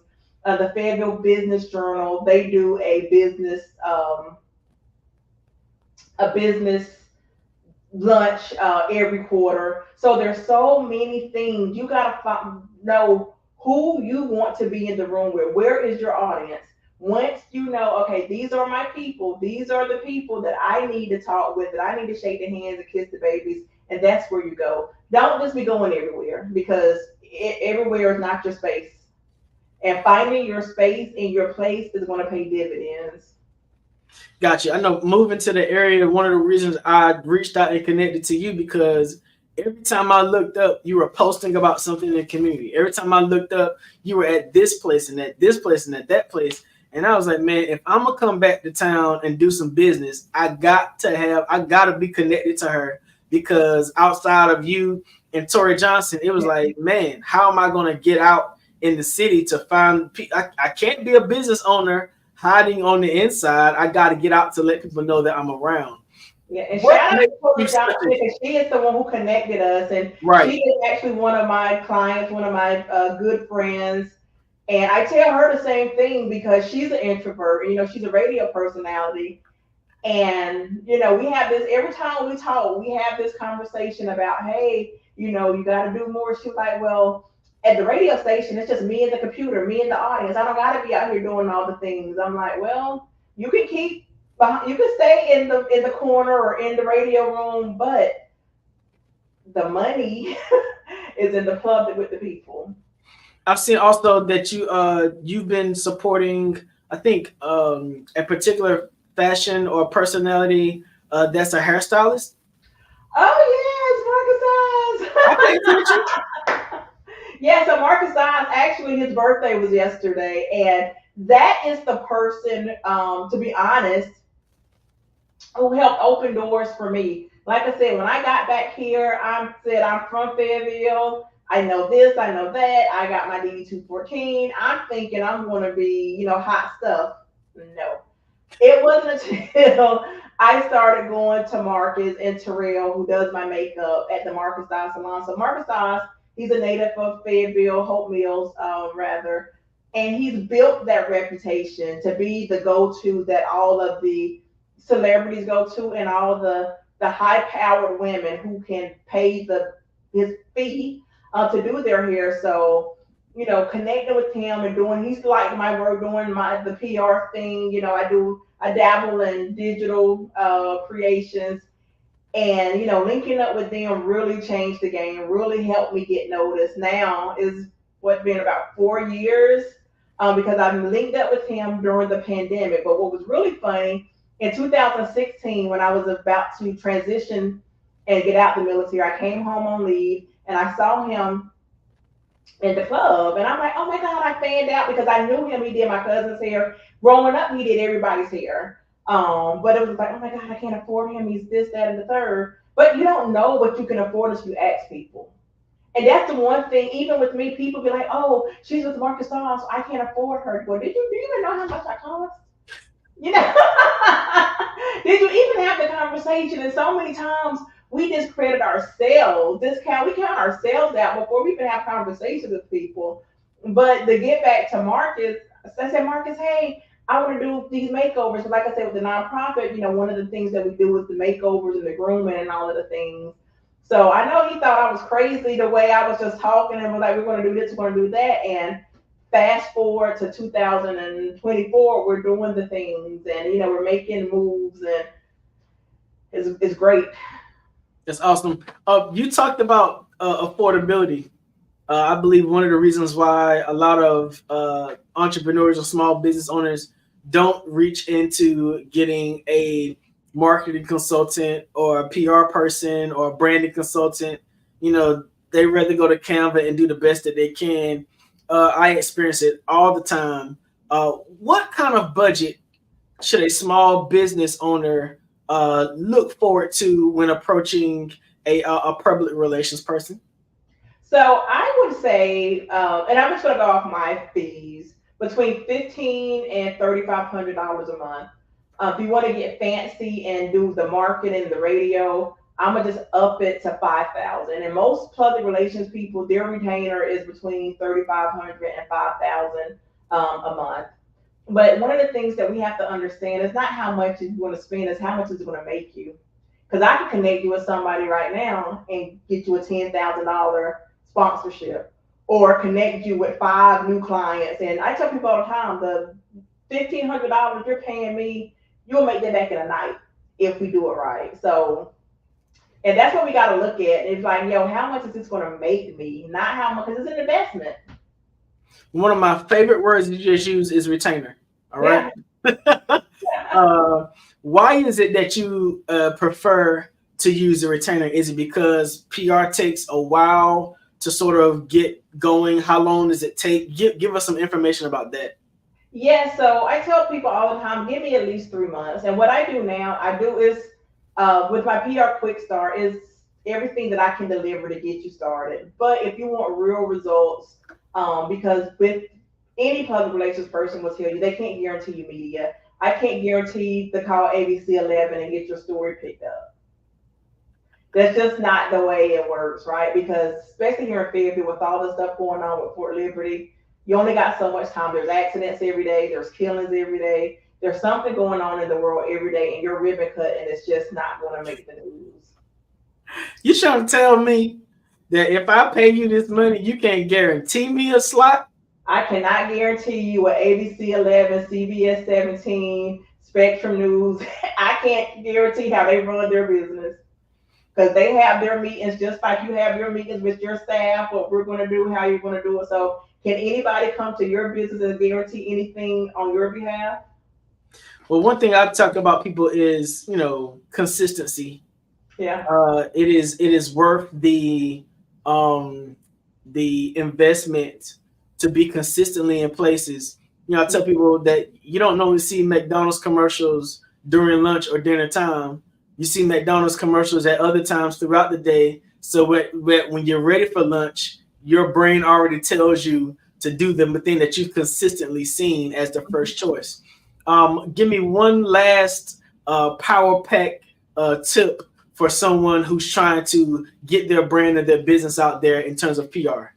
Yes, go to ShadonnaMcFall.com, hire me.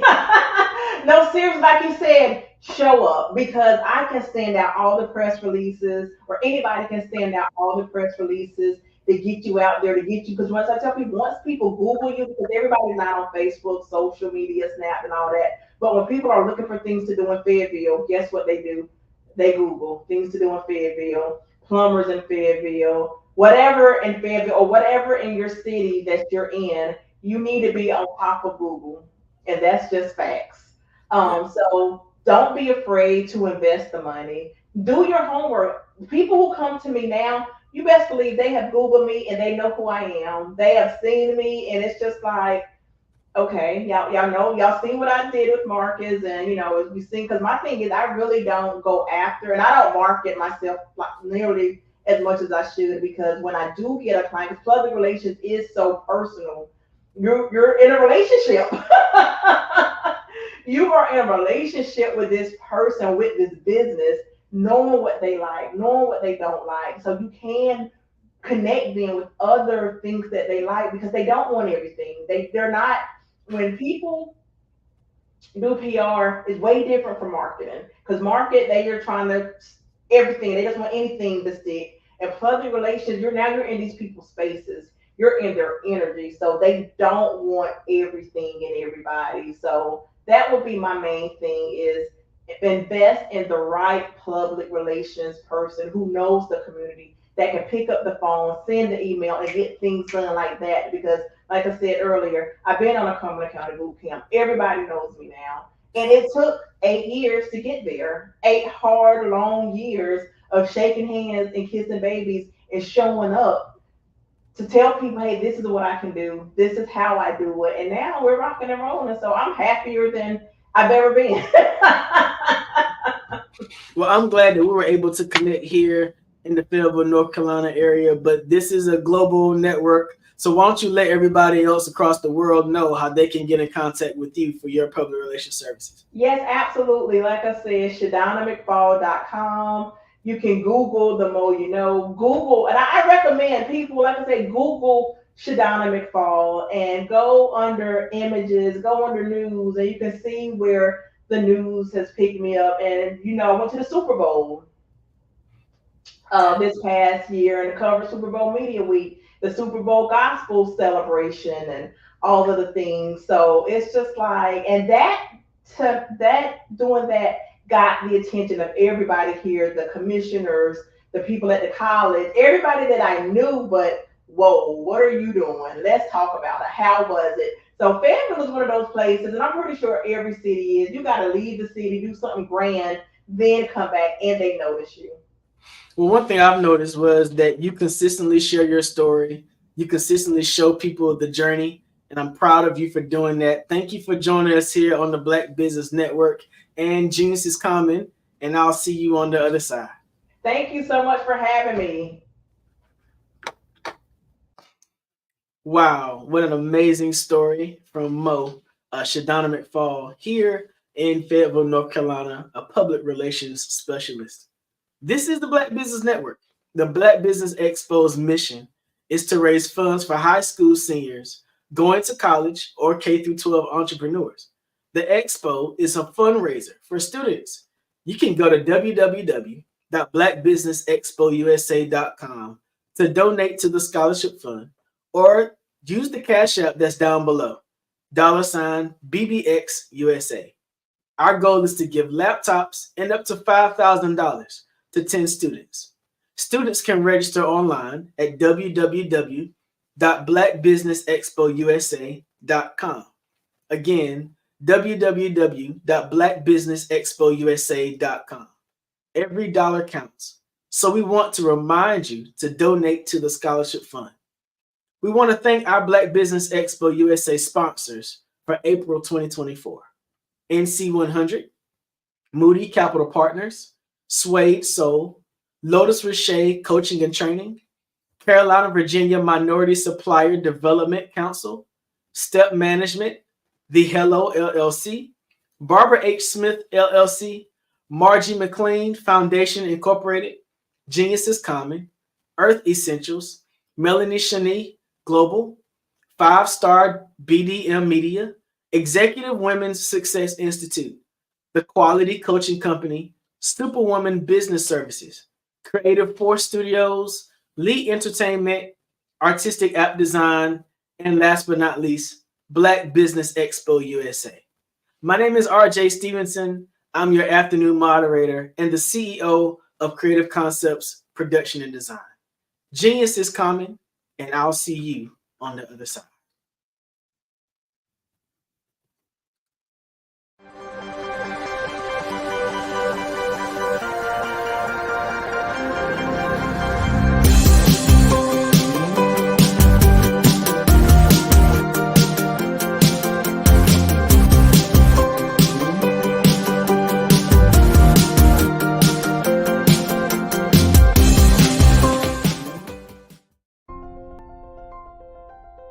What if you could build your own city? A place where every child can find nurturing people to help them achieve their full potential. A place where every adult can access job training support. Where health education is abundant. Where social justice ruled the land. A place without limitations. Welcome.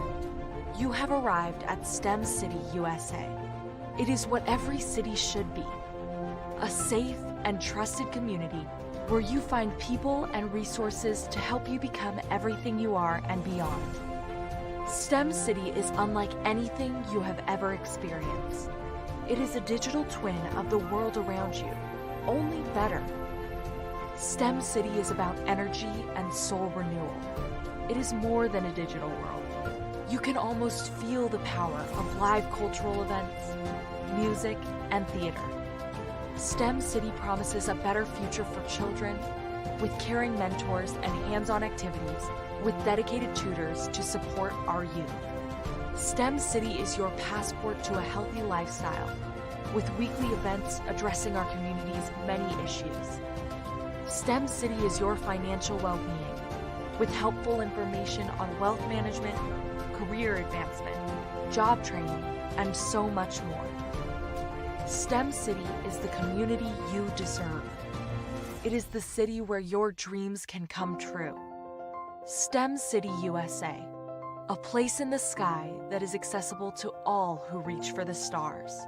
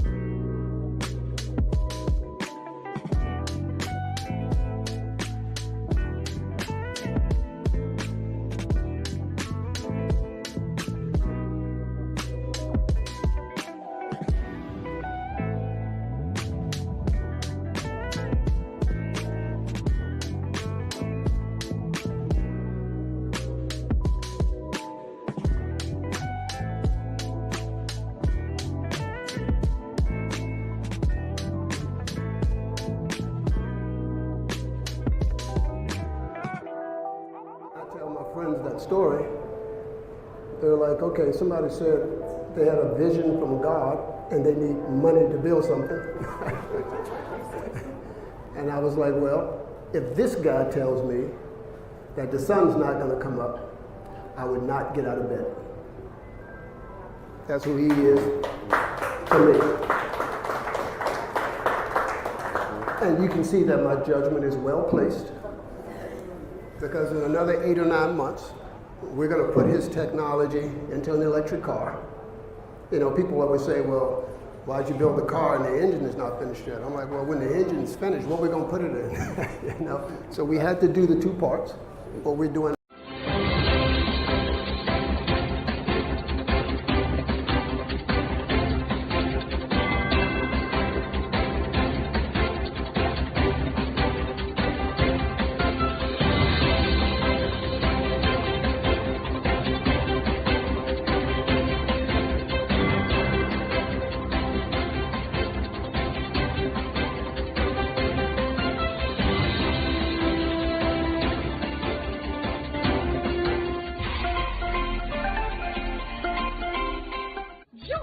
Dr. Eric Kelly III and a host of phenomenal speakers from all around the globe for this 7-day virtual event that you don't want to miss. The mission of the Black Business Expo is to raise scholarship money from kids all the way from high school all the way from college. The Black Business Olympics is one of the largest Black business showcases in the world. It is an opportunity for businesses and companies to showcase their businesses globally. We are going to be giving away laptops up to $5,000 away to students. Again, I'm Olivia Appleberry, the founder of 2 Cents Finance and one of the speakers for the expo. I am so excited to see you there. For more info, go to www.blackbusinessexpousa.com or call 919-308-9090 and hope to see you there. I am Black Business. From the moment I wake until the time I sleep. Yes, I am Black Business. I am Black Business. Tell me, are you Black Business? I am Black Business. Do you support Black businesses? Listen, I support Black business because I am Black Business. Black Business Expo, one of the largest business showcases in the history of Black business in the world. The world! Sign up today at www.blackbusinessexpousa.com or call 919-308-9090. I am Black Business. I am Black Business. From the moment I wake until the time I sleep, I am Black Business. I am Black Business.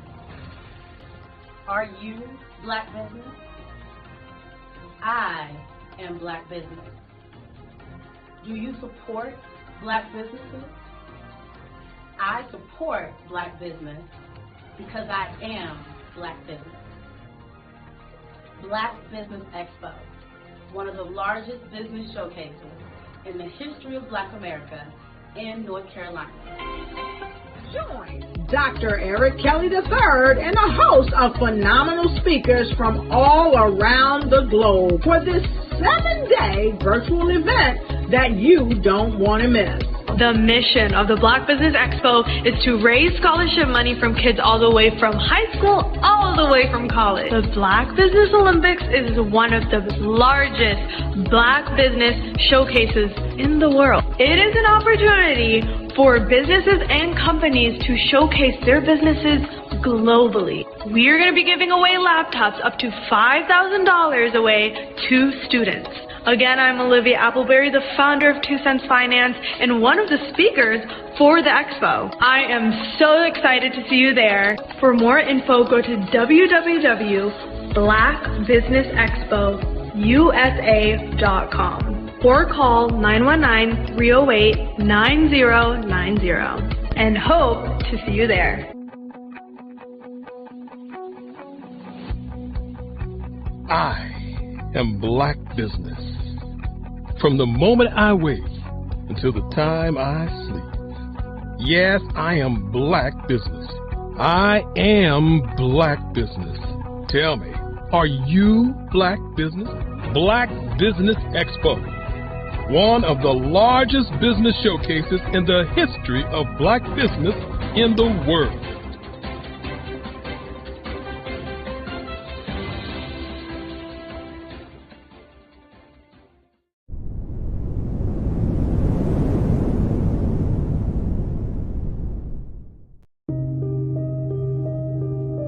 The Black Business Expo is changing my life. This year, they are giving away laptops and even $5,000 in cash to students just like me. I'm Alexis, and I want to go to college to fulfill my dream of becoming an entrepreneur. Help the Black Business Expo going to www.blackbusinessexpousa.com and also becoming a vendor, a sponsor, or donating.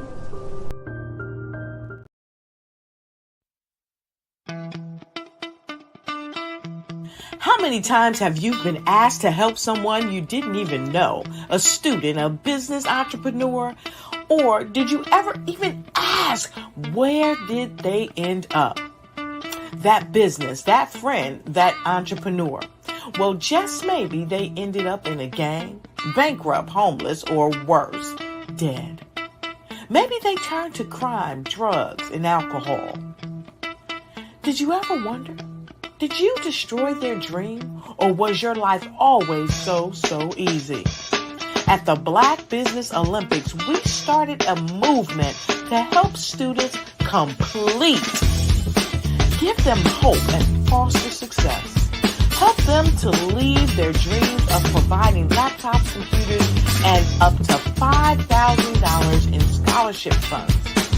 Today, we ask you to help a student, a business owner, or an entrepreneur to realize their dream by sponsoring them, supporting them, and buying from them. Consider this. With $1.6 trillion in our Black community, we only ask for a small donation for our students, our businesses, and our entrepreneurs. And you can change a life today. So I ask you, what are you going to do? Sit on the sideline and watch our students in high school be losers, miss out on their dream from lack of resources? Or are you going to donate to the movement and change their future and yours as well? Give us a call today at 919-308-9090. Change their life by investing with action to the Black Business Olympic Fund. The Black Business Olympics, one of the largest business showcases of Black business in the history of the world.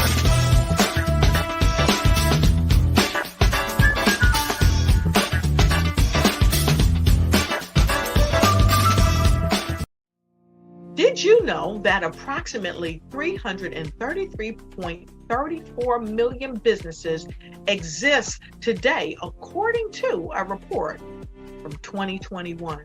And you may be one of those businesses, or maybe you're not in the business market yet, but you're aspiring to be a business owner.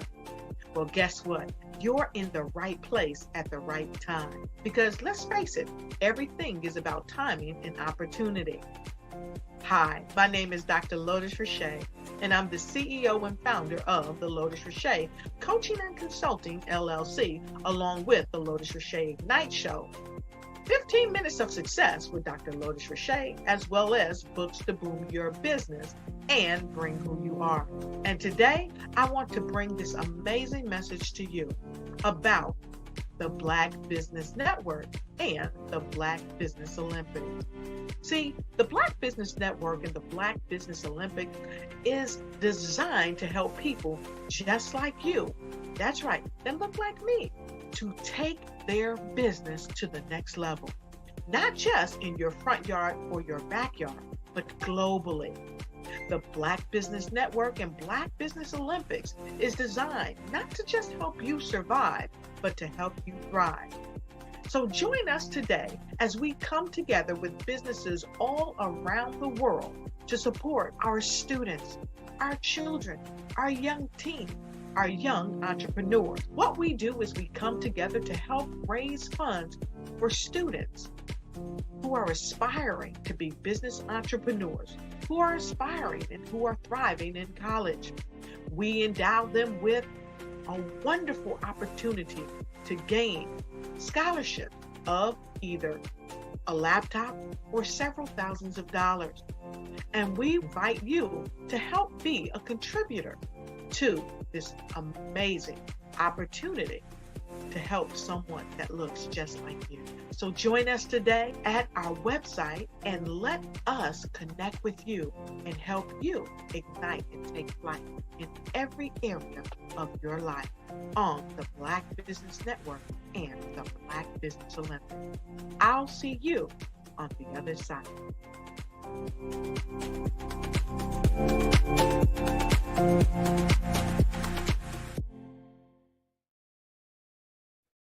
Hey everyone, it's Grant McGaw, CEO of 5-Star BDM and host of the award-winning Follow the Brand podcast and TV series, where I help you to build a 5-star brand that people will follow. My genius is personal brand development through intelligent communication and helping you achieve your business and career goals. I am a requested speaker on digital technology and brand development issues. I want to work with you to increase the value of your current opportunities while attracting new ones. Every one of you is unique, and we all share challenges that can be addressed through smart branding. As a super connector, I work with you as an executive coach to guide you along the complicated business and career development road, providing the enhancement tools and information you need to succeed. Together, I will help you succeed in today's challenging business climate. I will evaluate and measure your progress. Best of all, I am right alongside you every step of the way. Build the brand called you. Genius is coming. Follow the Brand TV broadcast host, Grant McGaugh, as he visits with top executives and entrepreneurs to find out their secrets of success with their personal brand. Follow the Brand TV broadcast host as he focuses on brand development to build better relationships, bring value to your business, relationships, and career. You will enjoy listening to each episode that is tailored to speak to you directly. If you're looking for this type of clarity in terms of building your brand, you have tuned into the right station. Each episode will help you to shape a conversation in the 5-Star BDM network of 20,000 professionals and become a springboard for your corporate engagement and business opportunities. Each guest will frame their story in the areas of personal branding, business development, career development, financial empowerment, and technology innovation. Grant McGaugh explains why he is the CEO and owner of his own professional career. Grant is an accomplished business leader and entrepreneur who wants to give back to individuals to grow their personal brand strategy. Tune in as he weaves his story about new possibilities, while to you exceed expectations. If you love storytelling, this show will make for fun.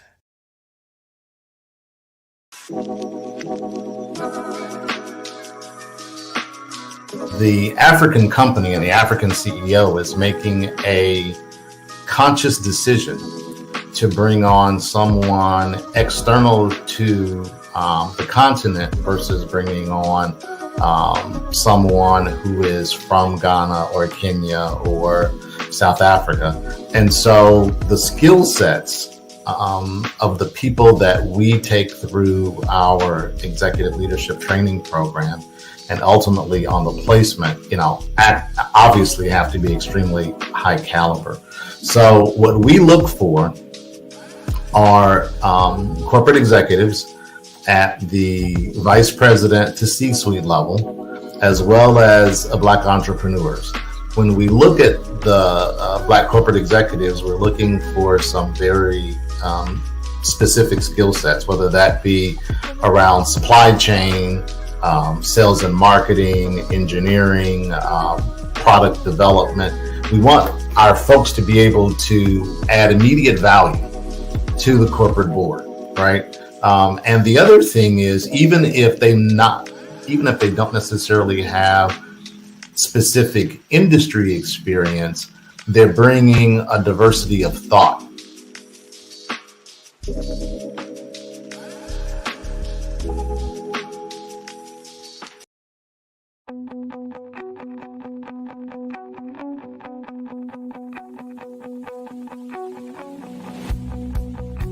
I am Black Business.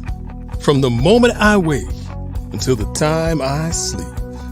Yes, I am Black Business. I am Black Business. Tell me, are you Black Business? I am Black Business. Do you support Black businesses? Listen, I support Black business because I am Black business. Black Business Expo, one of the largest business showcases in the history of Black business in the world. The world! Sign up today at www.blackbusinessexpousa.com or call 919-308-9090. I am Black business.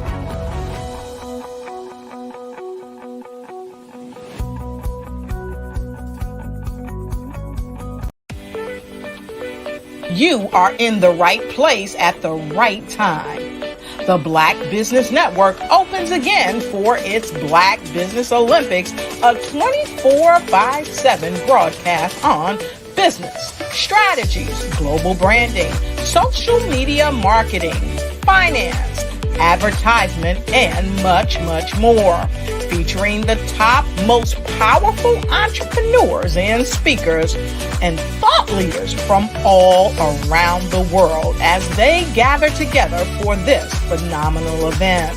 Join the Black Business Network streaming live into the metaverse, STEM City USA, Black Multiverse, Pod TV, Roku, Hulu, iHeartRadio, Apple TV, YouTube, TikTok, Instagram, Google Podcasts, Facebook, LinkedIn, IBM TV, Spotify, and Twitch. Tune in today and be a part of this amazing movement. The Black Business Olympics welcomes you.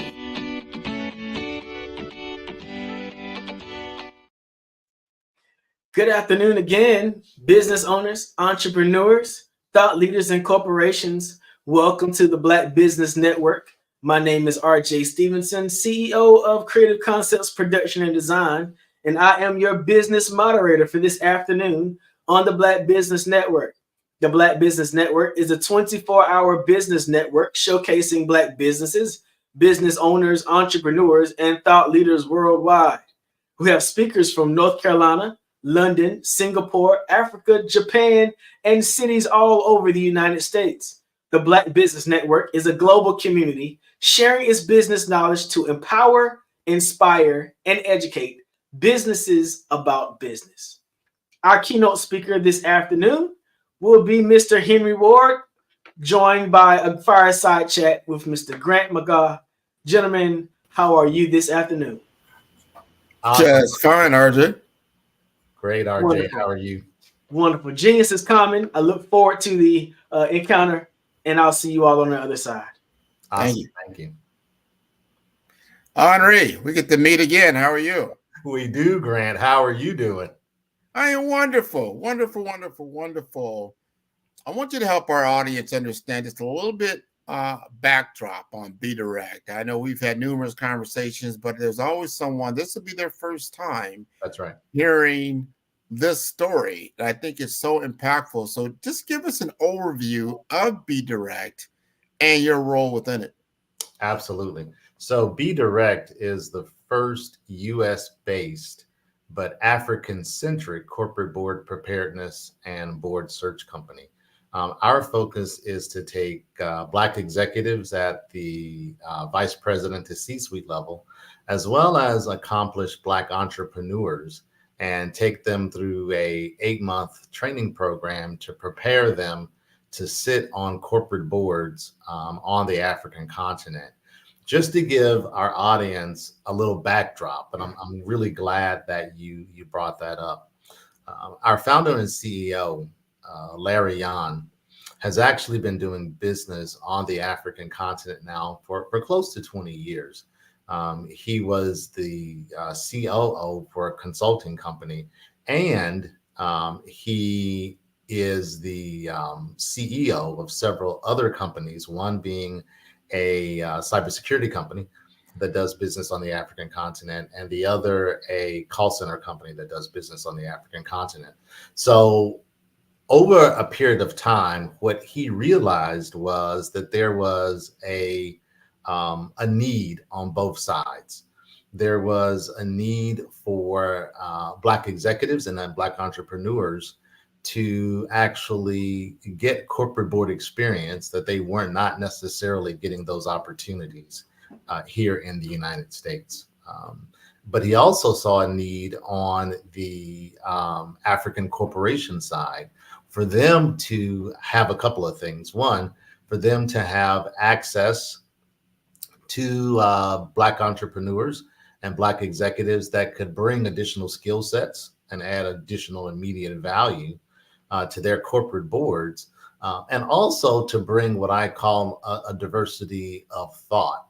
Because the reality is that if you are sitting on a corporate board right now in Ghana or Kenya or South Africa, there's a very high likelihood that all of the other folks on that board are from the same country, and many perhaps even from the same region. And so what he saw was a market for Black executives and Black entrepreneurs to get experience that they weren't getting here in the United States, and also a market for Black corporations to get skill sets that they need, and quite frankly, also access to markets perhaps that they weren't getting before. And so that's kind of the backdrop and market driver behind why Be Direct was created. It was created to fill a very specific need. And that need is so prevalent, especially in the U.S. And I hate to say it, but it's been unfortunate over time that, we make up 13 to 15% of the population. Only less than probably 2 to 3% of those executives in corporate America are of the African, or I would say that the Black American persuasion. Yeah. Which I don't know if a combination of just experience, is it opportunity, is it capability? I mean, where do we sit? So being able to then get an opportunity in the African continent, which is a plethora of different countries there, and that they see the need, or not even just the need, that they see that, hey, here is a whole group of individuals that could help us in what we want to do, and giving them opportunities. So you've had, I believe, a couple of cohorts already go through your program. Give us some feedback. What was the feedback from those classes? I know one is probably ongoing, but let's talk about that first. What was some of the feedback you got from the key executives and some of the opportunities they were able to get involved in? Yeah, great question. So we're actually just concluding our first cohort. Our last session literally was this past Saturday. That was kind of their graduation, and our next cohort begins June 22nd. Some of the feedback that we've heard from those in the existing cohort is not only is this exposing them to opportunities that they did not necessarily have here in the United States, it's also changing their own perspectives on how to operate both here and in the United States. And I'll give you an example of that. A key part of our program is not just teaching technical skills around corporate governance. While we do that, a critical piece of our program, though, was teaching what we call cultural dexterity skills. How do you navigate culture? And a part of what some of our participants have told us is, this has been a life-changing experience for them. And, you usually don't hear that when you're talking about corporate governance training. People normally don't come out of corporate governance training and say, wow, this has changed my life. But that is really the feedback that we're hearing. And really, it's because of this mixture of corporate governance and cultural dexterity, where our participants are getting insights not only into governance, but they're getting insights into themselves. They're getting insights into how they operate in different circumstances with different types of people. And, many of us have taken tests or assessments like Myers-Briggs, or we've taken other types of personality assessments. And a part of what we do in Be Direct in addition to the technical training, in addition to the executive coaching, we administer several personality assessments. And so these cohort members get to tap into how they actually think. Are they predominant left brain thinkers? Are they predominant right brain thinkers? Are they holistic brain thinkers? When they approach solving problems, how do they approach problem solving? Do they approach it from an analytical standpoint? Do they approach it from a relationship building standpoint? And so all of those types of characteristics go into our training. And, you know, the most powerful feedback that we've gotten from our participants is, you know, this really helped me delve deeper into who I am as a person, right? This has helped me not only in terms of being able to, you know, be a valuable player on an African corporate board, or quite frankly, any corporate board, but this has helped me in terms of my personal relationships. This has helped me in terms of really understand how I look at problem solving. One of the folks that we had in the program, he basically said, you know, once he finished one of these assessment tests, and he had actually taken this particular assessment once before, but when he took it this time, what he found out was that the realities of what the tests were showing him really were in terms of how he operated, both with his subordinates, with peers, and with leadership above. And so that's a really key takeaway. Another key takeaway that this particular cohort told us was they were absolutely blown away in terms of the caliber, one, of the other cohort members, and two, the caliber of folks that we were bringing to the table in order for them to interact with.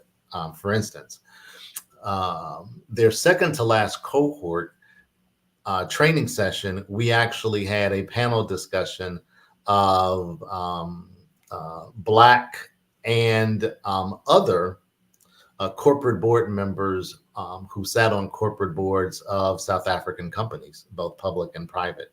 And so what we were able to bring to the table were women, Black African and white African board of directors members who were sharing their own experiences in terms of what does it mean to be a corporate board director on the African continent.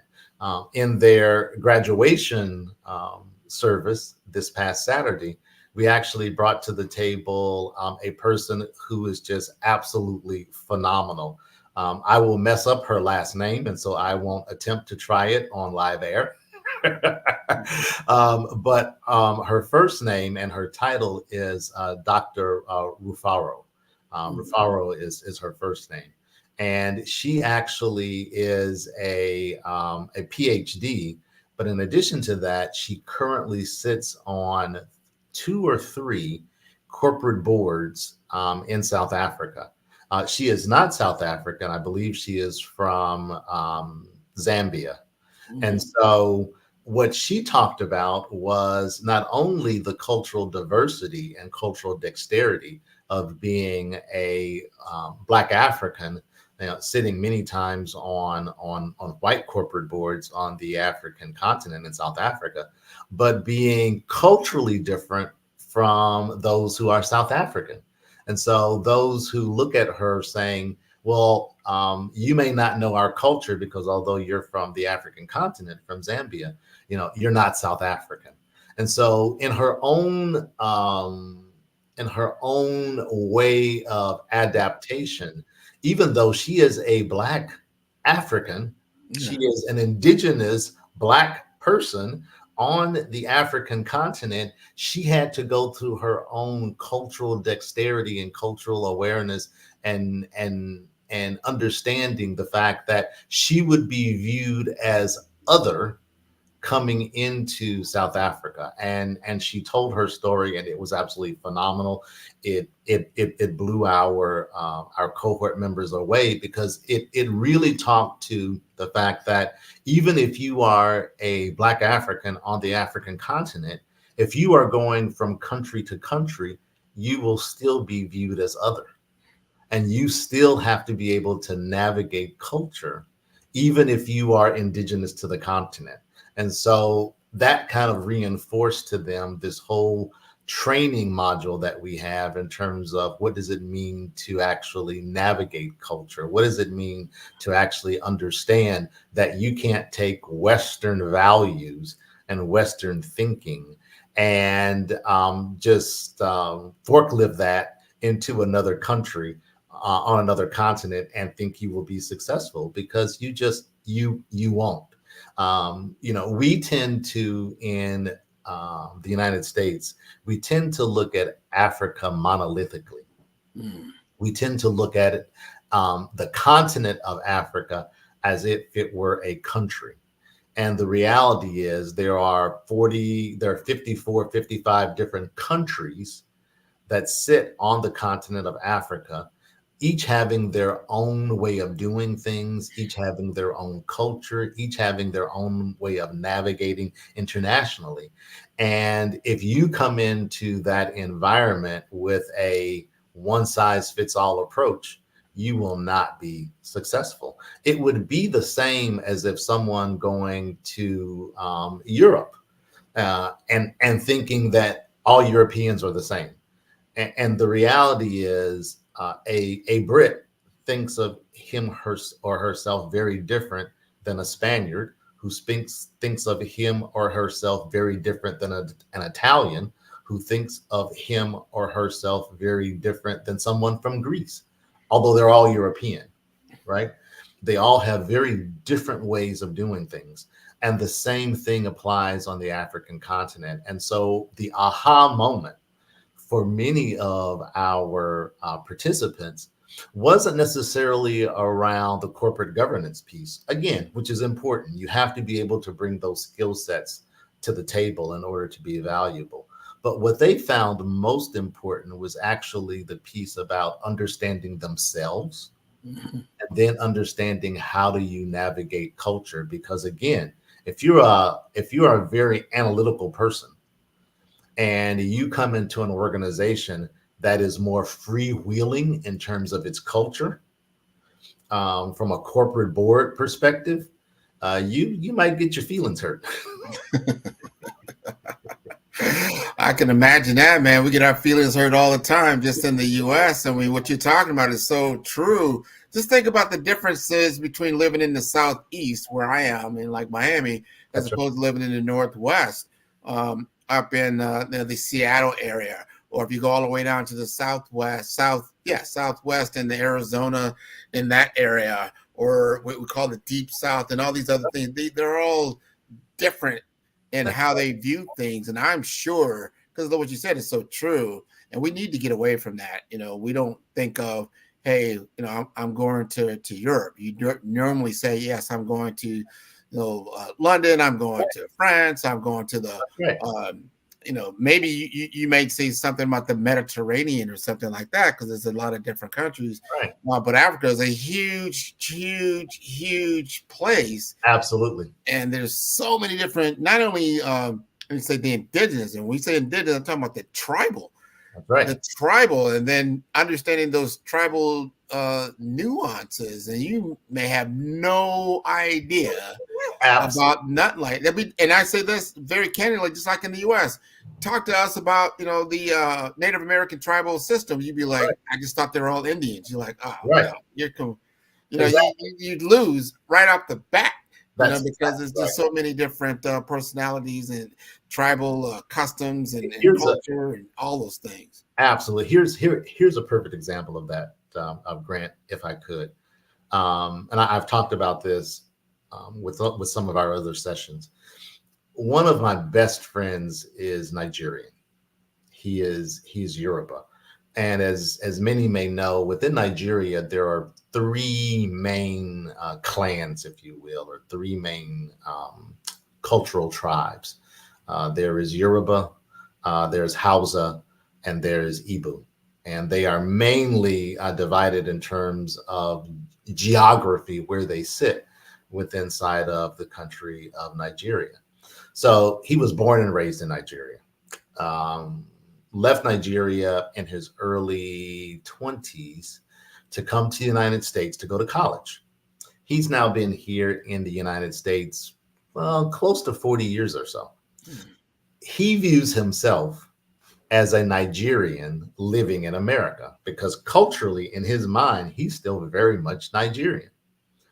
When he goes home to Nigeria to visit his relatives, he's viewed as an American visiting Nigeria. Again, born and raised in Nigeria, family still is in Nigeria. But because of the fact that he has been gone for so long, he is now viewed as other by his own relatives. Yeah. He's not viewed as Nigerian anymore. He's viewed as American. And that's one of the things that we also spend a lot of time in terms of our onboarding process and a lot of time in terms of our training process, training folks to understand that even though you may have the same amount of melanin in your skin as those folks, as Africans on the continent, you are viewed as an American. And while there is a desire to get to know you and a desire to do business with you, understand that you still have that cultural barrier that you have to deal with.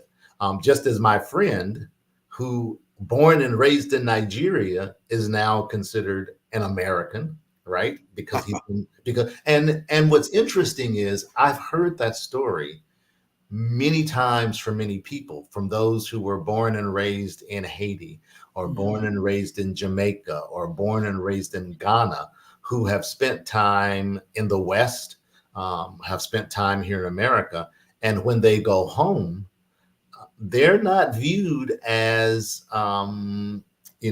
Haitian or Ghanaian or Jamaican anymore. They are viewed as American. And it's being able to understand, how do you first come to that realization, right? Because it can be very jarring for someone who was born and raised somewhere to go back home. You know, that old saying, you can never go home again. But it could be very jarring for someone. And just think about what levels of magnitude that is for someone who is born here in the United States, who is Western trained and Western thinking, and now you go to a different country. Here's another example that Dr. Rufuro actually brought up during her session last week. In the West, we view time from a Western perspective. We view time in terms of, if a meeting is supposed to start at 9 a.m., 9:05, you're late. 9:15, don't bother to come. Right? That is very different for many other cultures. It is different for cultures on the African continent. It is different actually for some Asian Indian cultures as well. Perfect example. If a meeting is supposed to start at 9 a.m., let's say in Ghana or South Africa, if a person gets there by 9:15 or 9:20, and this may be your host, by the way, this may be the person who you are meeting with that you perhaps are trying to get business from.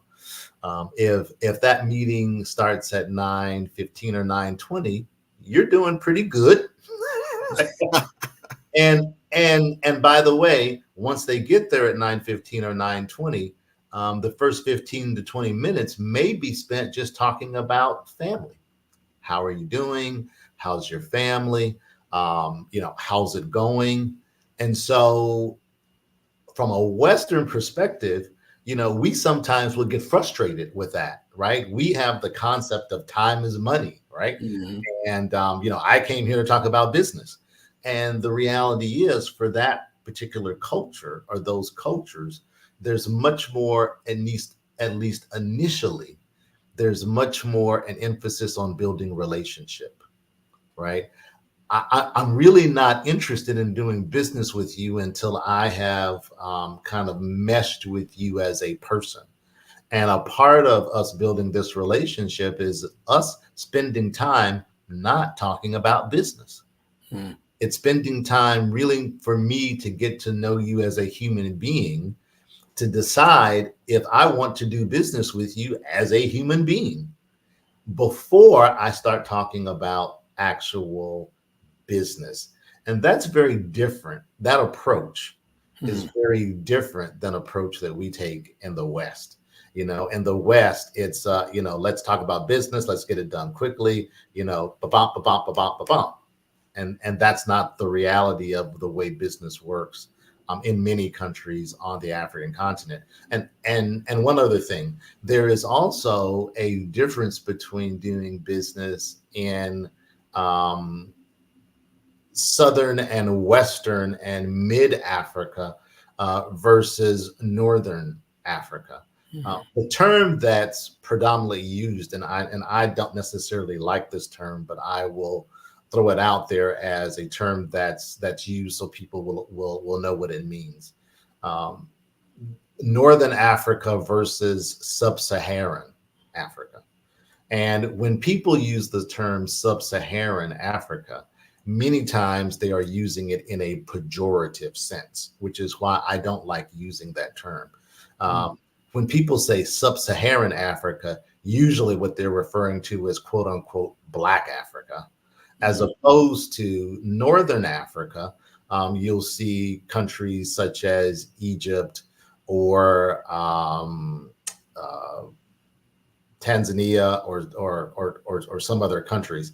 And the reality is that while there is a large Arab population in many North African countries, there's also a very large indigenous African population in those countries as well. And so that's why I don't like using that term. But there are cultural differences even between Northern Africa and South and Central and West and East Africa. And so being able to just navigate culture is extremely important.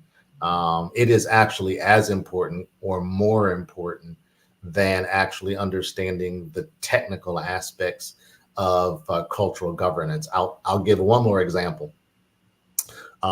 During the panel discussion in which we had current corporate board members of African companies to talk to our cohort, one of the corporate board members, who happened to be a Black male who sits on at least, I think, 2 corporate boards on the African continent, specifically in South Africa, he made a comment in terms of many times Americans will come into South Africa or they will come into other African countries expecting to export their way of doing business.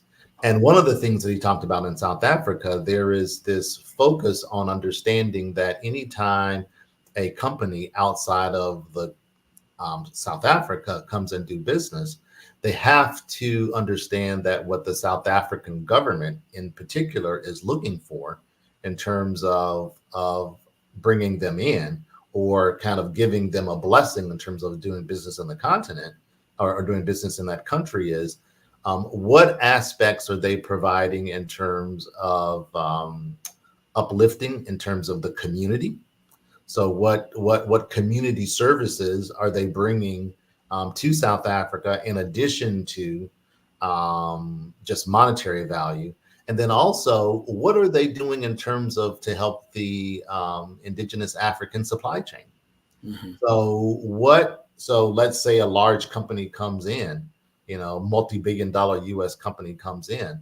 what they will be evaluated on is not just, the amount of monetary value that they're bringing to the South African government, the South African community, but how are they building up community within South Africa, and how are they helping other Black businesses as a part of their supply chain? Because they did not understand this was a very large franchise based here in America. I won't name the franchise, but he did. Very large franchise that many people will know, came to do business in South Africa. And they came again with a very Western approach. And they did not understand that in order to do business, in order to kind of get approval, that they needed to show how they were bringing Black companies, Black South African companies into their supply chain. They did not understand that they had to show how they were building up Black communities that they were putting their franchises in. And because they missed on both of those key performance indicators, they did not get an opportunity to get the business in South Africa. And they totally missed it. They thought just by them coming in and bringing dollars in that they could get approval, and that just was not the case. So again, that's why we spend so much time emphasizing culture. We spend so much time in emphasizing navigating culture, because it really is the difference between success and failure. 100%. And I hope we take something out of what you just said when we think about our own communities here in America, when a lot of companies will set up shop in the communities. I mean, do they actually ask that question? How are we benefiting the community? How are we giving back to the community? How is that demonstrated, not just lip service? Show me the case in point. And I know a lot of times, I know in the government world, you get RFPs and whatnot. They ask you these questions, but then the reality is when you go back and look at, all right, what really happened? How was this done? Are we seeing tangible evidence of the company or companies giving back? So that's interesting. I wanted to ask you this from an objective standpoint. Sure. From the African, let's say, corporation that's operating, and they're going to bring in an American operative, and they're looking, what is their objectives? Because they don't want to sit there and have to teach you about their culture. Absolutely. Get something out of it. What's exactly their objective? Absolutely. Awesome question, Grant. They're looking at this from a couple of different reasons, and I'm really glad that you asked that, because the reality is anyone that we bring in from our side has to be able to add value immediately to that corporate board, because the reality is that the CEO and that existing board is making a conscious decision to bring an outsider in, right? And so whoever that outsider is has to be able to show that they are adding immediate value to that board. And here's a way that they can position themselves to do that. Either through skill set value, functional skill set value, through industry value, or through access to market value. And I'll go through each one of those. From a skill set value, and all boards are different. And I want folks to understand this. Corporate boards, when I say corporate boards are different, what I mean is that when a corporate board is looking, even in America, when a corporate board is looking to bring someone on as a new member, they're really looking to figure out, how do I fill a hole that I don't have filled right now? Whether that hole be around skill sets or industry. So for instance, in the United States, you may have a corporate board where now these days, cybersecurity is such a huge issue.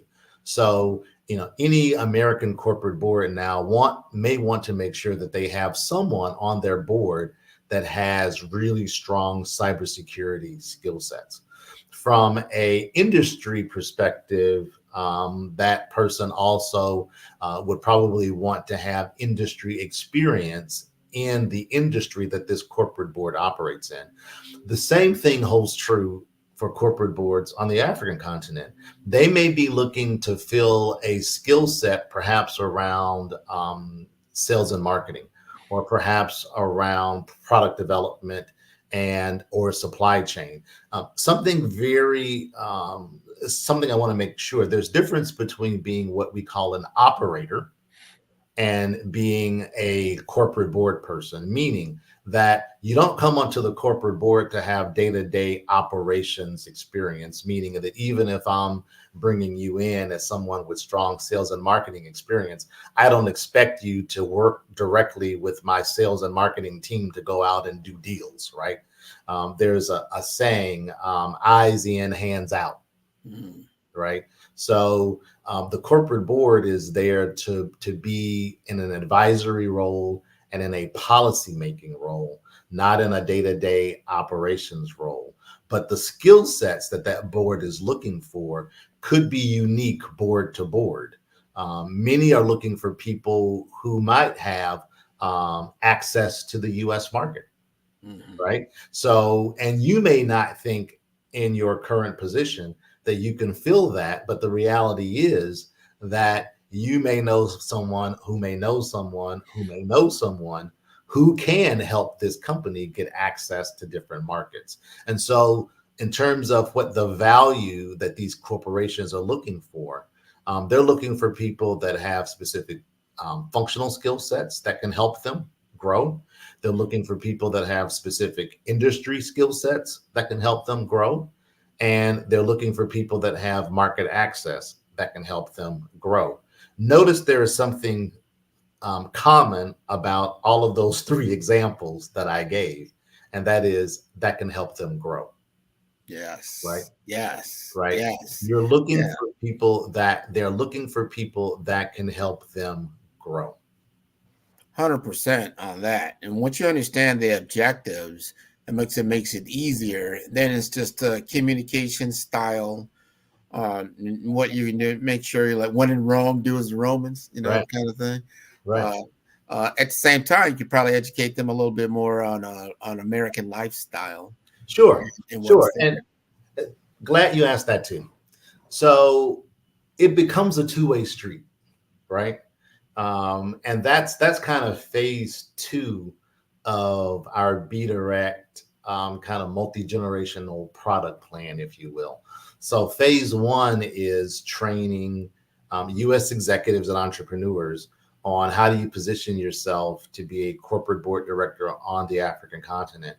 Phase 2 is actually working with African CEOs and corporate boards in terms of how do you now navigate culture with Americans, right? So it has to be both ways because there are many times a board, a board operates many times like a family. And people a lot of times don't understand that. I was actually talking to a gentleman who worked for one of the major consulting firms here in the United States. And he had, it's a global consulting firm, but he had US responsibility. And he had responsibility for actually tapping into Black corporate executives, usually at the C-suite level, to place them on corporate boards in the United States. And as he was getting feedback from corporations in terms of what they were looking for, they basically told him, they said, most of our board appointments come through referral, right? And we look for people that we know, we trust, and we like. Yes, of course. Right? Yes. And if you don't fit those criteria, if I don't know you, if I don't trust you, and if I don't like you, then you probably are not getting an appointment on any board here. And the reality is that's just not in the United States. That works across the continent as well, which is why building that cultural dexterity and building those relationships are so important. And what we do at Be Direct is we try to facilitate those discussions by preparing the U.S. Executives for this cultural dexterity piece, but also we are pre-vetting companies on the African continent.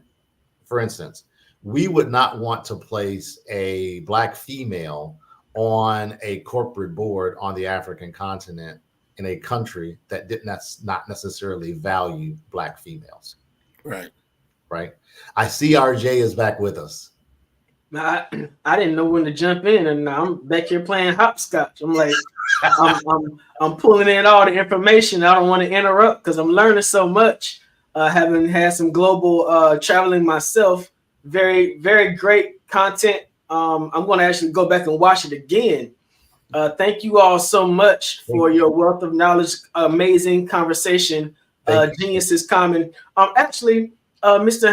Henry, can you let us know, our viewers, how they can get in contact with you in the future? Absolutely, RJ.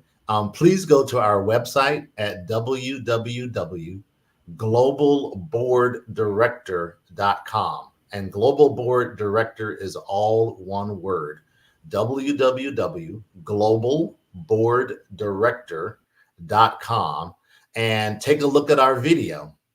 Once you take a look at our video, there is a section on the website that talks about U.S.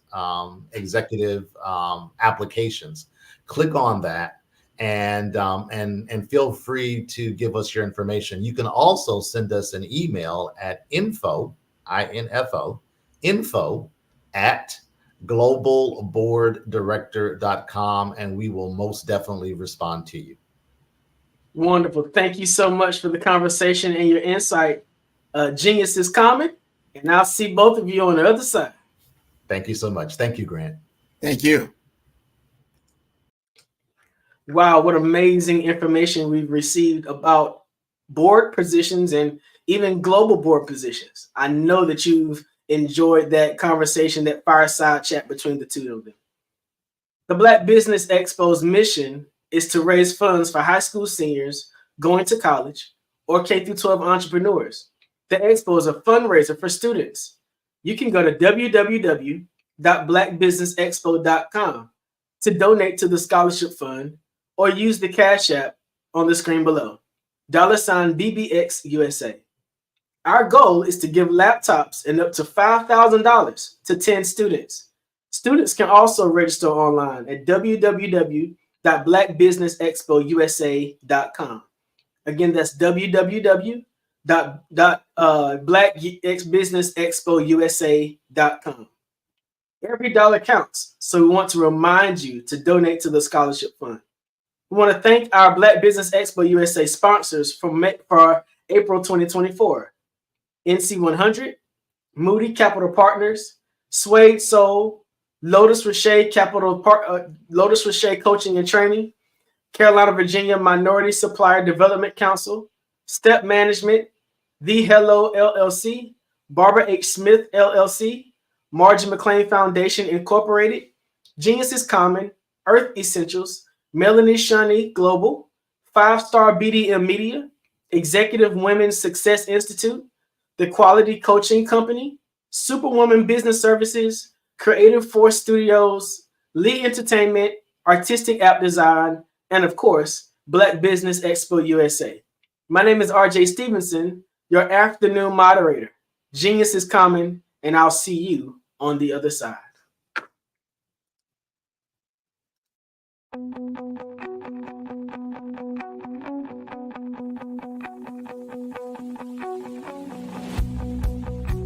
I am Black Business.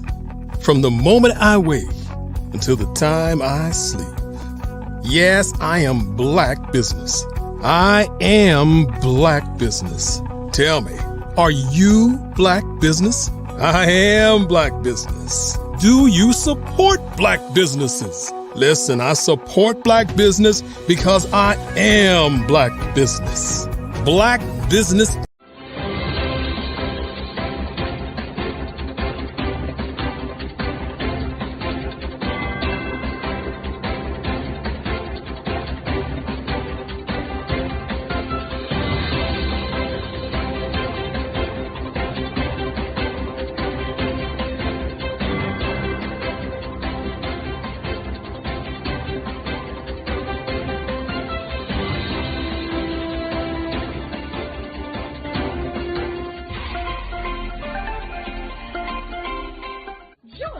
Dr. Eric Kelly III and a host of phenomenal speakers from all around the globe for this 7-day virtual event that you don't want to miss. The mission of the Black Business Expo is to raise scholarship money from kids all the way from high school, all the way from college. The Black Business Olympics is one of the largest Black business showcases in the world. It is an opportunity for businesses and companies to showcase their businesses globally. We are going to be giving away laptops up to $5,000 away to students. Again, I'm Olivia Appleberry, the founder of 2 Cents Finance and one of the speakers for the expo. I am so excited to see you there. For more info, go to www.blackbusinessexpousa.com or call 919-308-9090 and hope to see you there. I am Black Business. From the moment I wake until the time I sleep. Yes, I am Black Business. I am Black Business. Tell me, are you Black Business? I am Black Business. Do you support Black businesses? Listen, I support Black business because I am Black Business. Black Business Expo, one of the largest business showcases in the history of Black business in the world. The world! Sign up today at www.blackbusinessexpousa.com or call 919-308-9090. I am Black Business. I am Black Business. From the moment I wake until the time I sleep, I am Black Business. I am Black Business. Are you Black Business? I am Black Business. Do you support Black businesses? I support Black business because I am Black Business. Black Business Expo, one of the largest business showcases in the history of Black America in North Carolina. Join Dr. Eric Kelly III and a host of phenomenal speakers from all around the globe for this 7-day virtual event that you don't want to miss. The mission of the Black Business Expo is to raise scholarship money from kids all the way from high school, all the way from college. The Black Business Olympics is one of the largest Black business showcases in the world. It is an opportunity for businesses and companies to showcase their businesses globally. We are going to be giving away laptops up to $5,000 away to students. Again, I'm Olivia Appleberry, the founder of 2 Cents Finance and one of the speakers for the expo. I am so excited to see you there. For more info, go to www.blackbusinessexpousa.com or call 919-308-9090 and hope to see you there.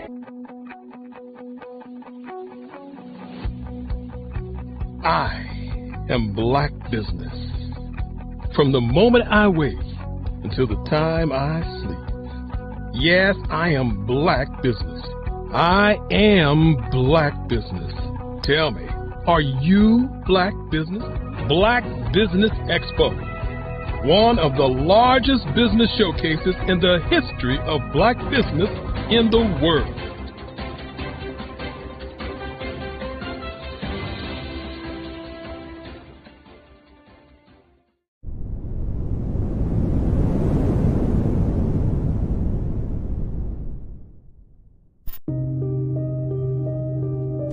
The Black Business Expo is changing my life. This year, they are giving away laptops and even $5,000 in cash to students just like me. I'm Alexis, and I want to go to college to fulfill my dream of becoming an entrepreneur. Help the Black Business Expo going to www.blackbusinessexpousa.com and also becoming a vendor, a sponsor, or donating.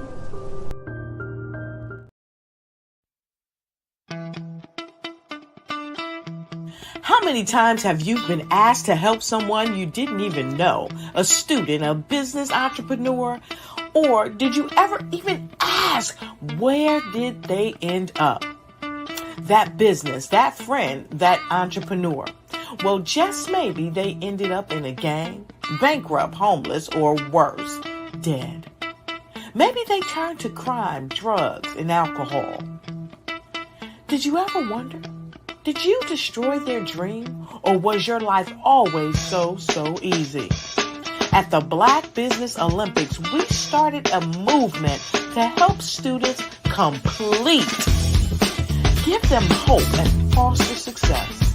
Help them to leave their dreams of providing laptops, computers, and up to $5,000 in scholarship funds. Today, we ask you to help a student, a business owner, or an entrepreneur to realize their dream by sponsoring them, supporting them, and buying from them. Consider this. With $1.6 trillion in our Black community, we only ask for a small donation for our students, our businesses, and our entrepreneurs. And you can change a life today. So I ask you, what are you going to do?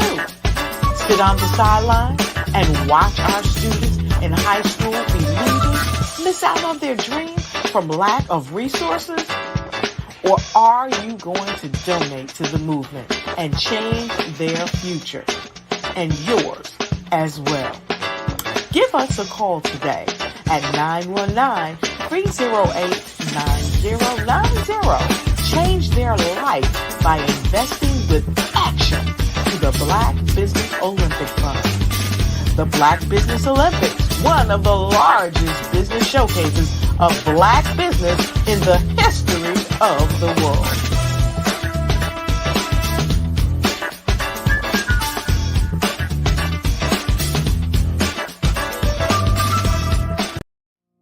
Did you know that approximately 333.34 million businesses exist today, according to a report from 2021? And you may be one of those businesses, or maybe you're not in the business market yet, but you're aspiring to be a business owner.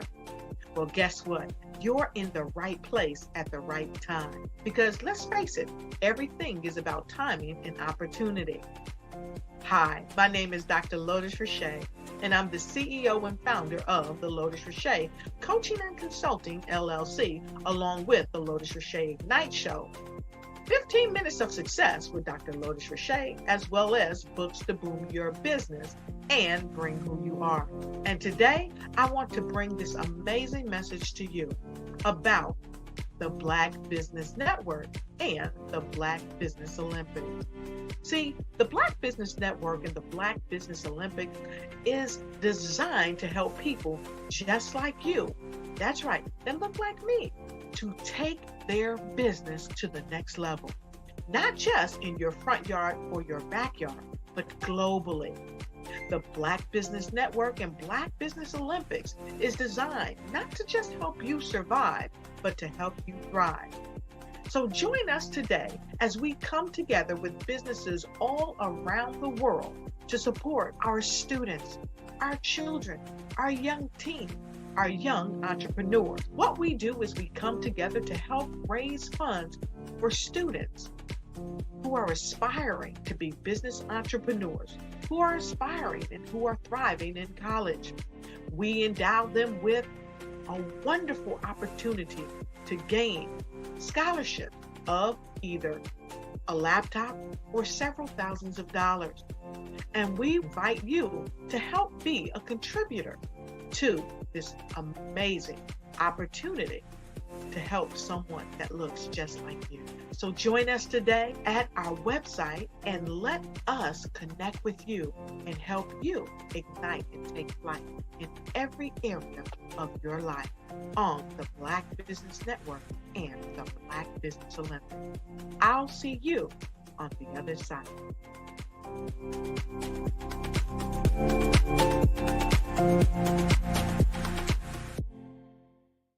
Are you a forward-thinking entrepreneur or business owner?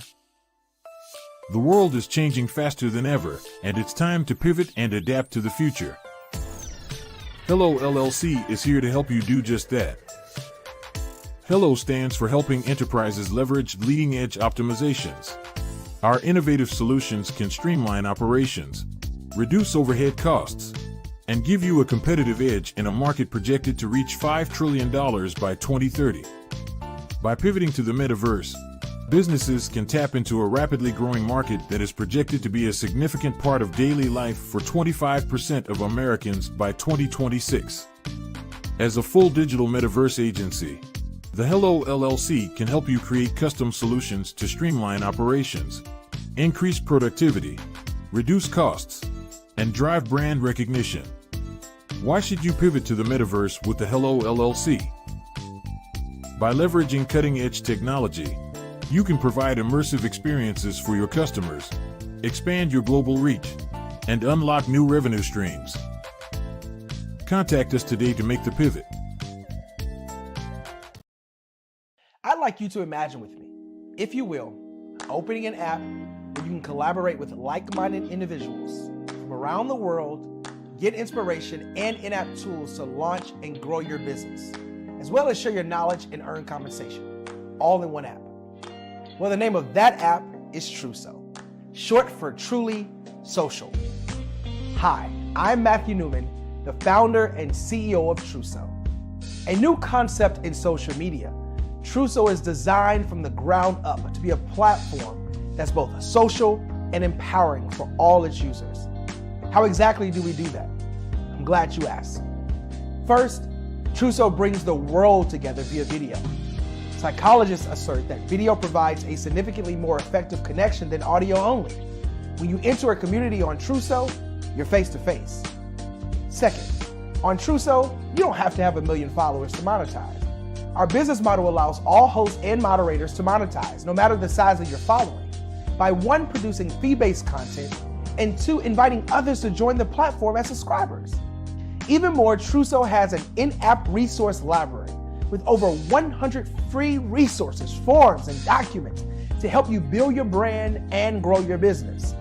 Third, Truso is inclusive. The deaf and hard of hearing communities make up 360 million people worldwide.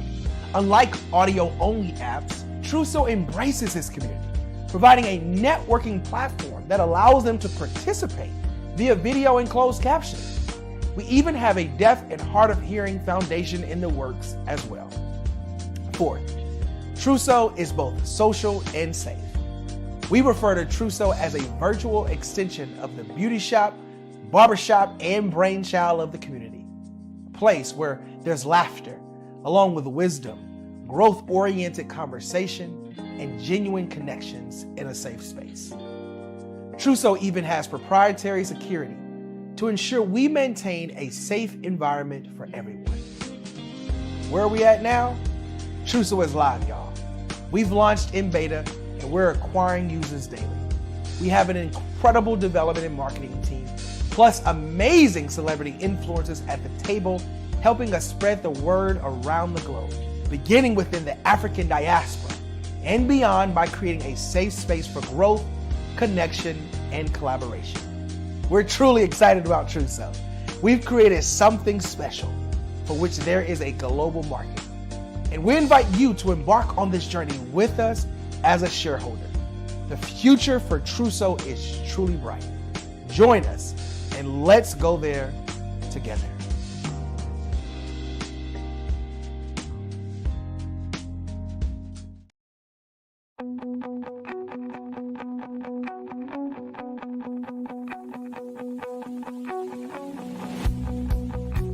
I am Black Business.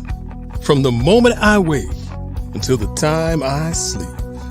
Yes, I am Black Business. I am Black Business. Tell me, are you Black Business? I am Black Business. Do you support Black businesses? Listen, I support Black business because I am Black Business. Black Business Expo, one of the largest business showcases in the history of black business in the world. The world! Sign up today at www.blackbusinessexpousa.com or call 919-308-9090. I am Black Business.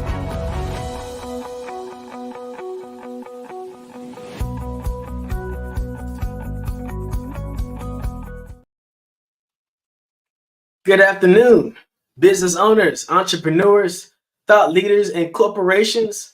Welcome to the Black Business Network. My name is RJ Stevenson, the CEO of Creative Concepts, Production, and Design. I am your business moderator for this afternoon on the Black Business Network. The Black Business Network is a 24-hour business network showcasing Black businesses, business owners, entrepreneurs, and thought leaders worldwide. We have speakers from North Carolina, London, Singapore, Africa, Japan, and cities all over the United States. The Black Business Network is a global community sharing its business knowledge to empower, inspire, and educate businesses about business. I'd like to introduce you to this afternoon's keynote speaker, Dr. Dennis Miles Goffin. Dr. Dennis Miles Goffin is an expert in business management for religious and nonprofit organizations. He has a master's degree in accounting and business management and expertise in nonprofit law and has put to good use his years in the financial industry. Dr. Goffin's expertise also includes administration and leadership skills. He is able to offer all of this to clientele, the ability to become completely automated from payroll, accounts payable, and inventory control to personnel management. He is also a professional clergyman with over 50 years in the ministry and over 30 years in business. Please welcome to the Black Business Olympics, Dr. Dennis M. Goffin. Dr. Goffin, thank you for joining us today. Glad to have you here. Thank you. Glad to be here. I have read your extensive bio and am excited about all that you're going to share with us this afternoon about accounting, nonprofit law, and business development.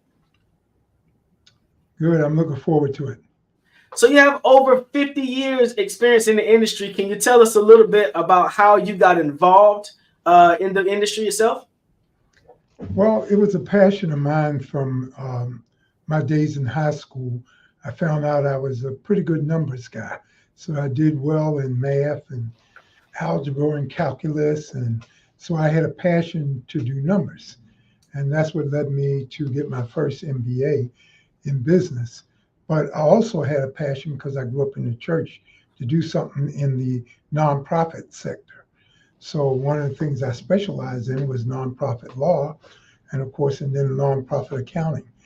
Those two areas I found very interesting to get into the nonprofit sector. So I built my business around those two earmarks, knowing what nonprofit law was for a lot of nonprofit organizations and knowing how the nonprofits could set up what we call fund accounting. So with both of those, I just became a specialist in those areas.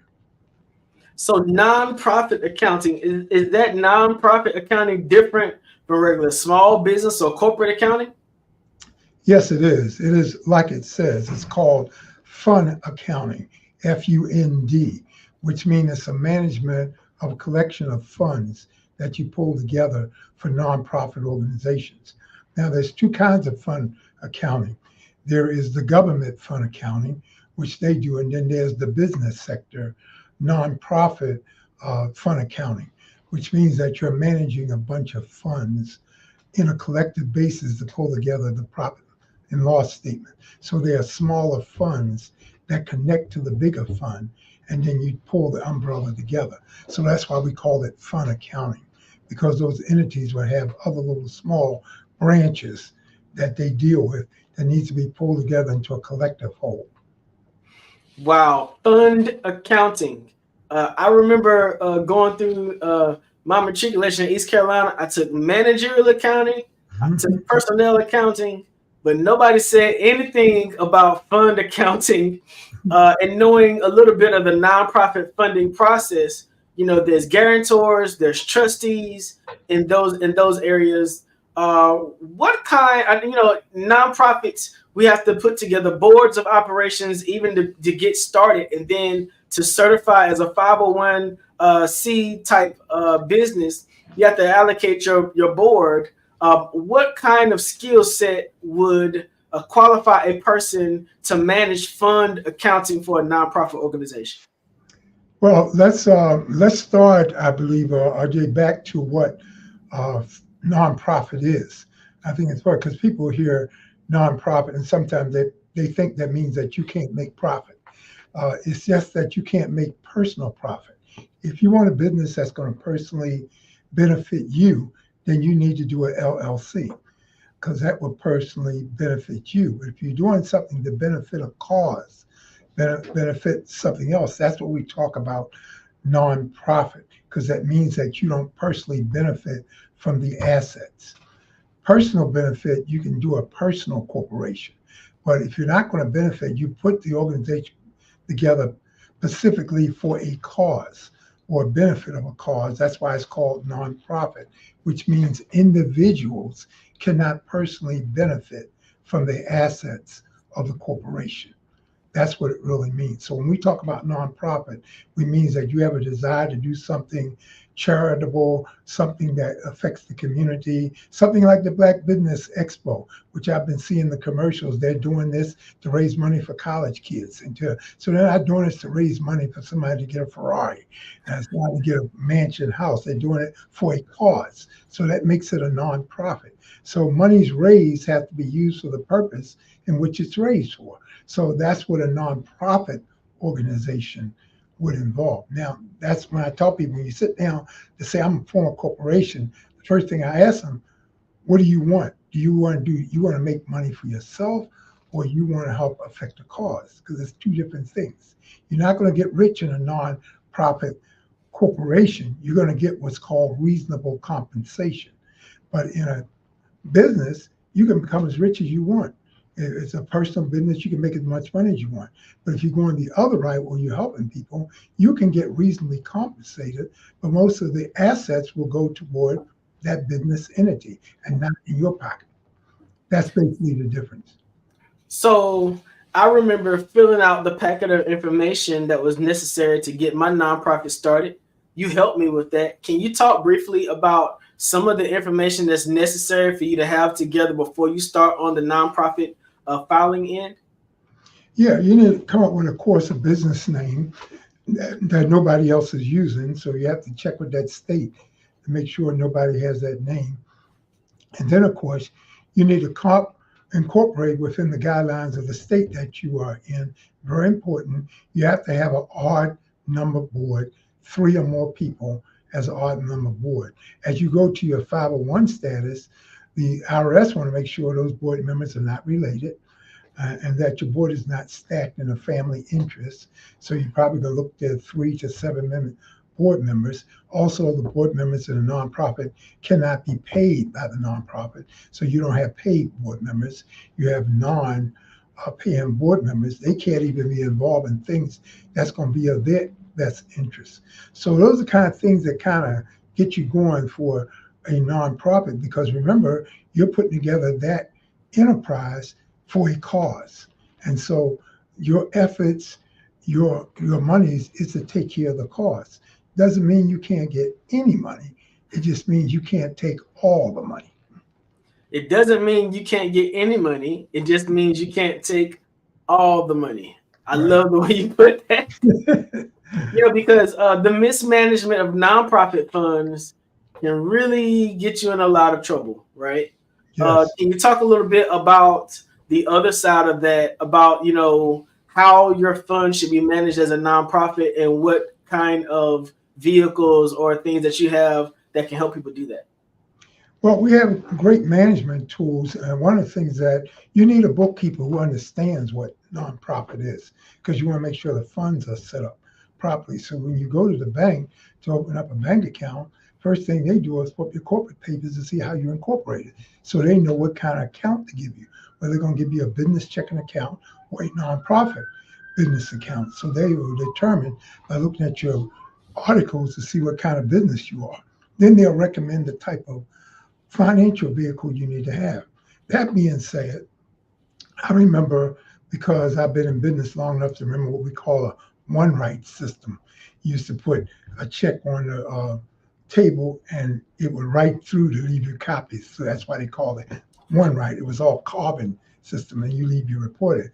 Well, we've come a long way since those days. Now we've got computer systems, we got computer programs that help you. Even the non-financial person can do bookkeeping with programs like what we use, QuickBooks, and other bookkeeping programs that automates the system, so at least you can manage your books on a day-by-day basis from a bookkeeping standpoint, so it can be turned over to an accountant so that you can get your financial reports. Now, keep in mind, internal reporting is for you, but when you're going to do business with the public, you need an accountant to actually prepare your statements. So what all information should be included in a statement of accounting? Well, when you pull together your statement, you got to figure out, well, how is your revenue come in? So there's categories of your revenue. How does the revenue come in?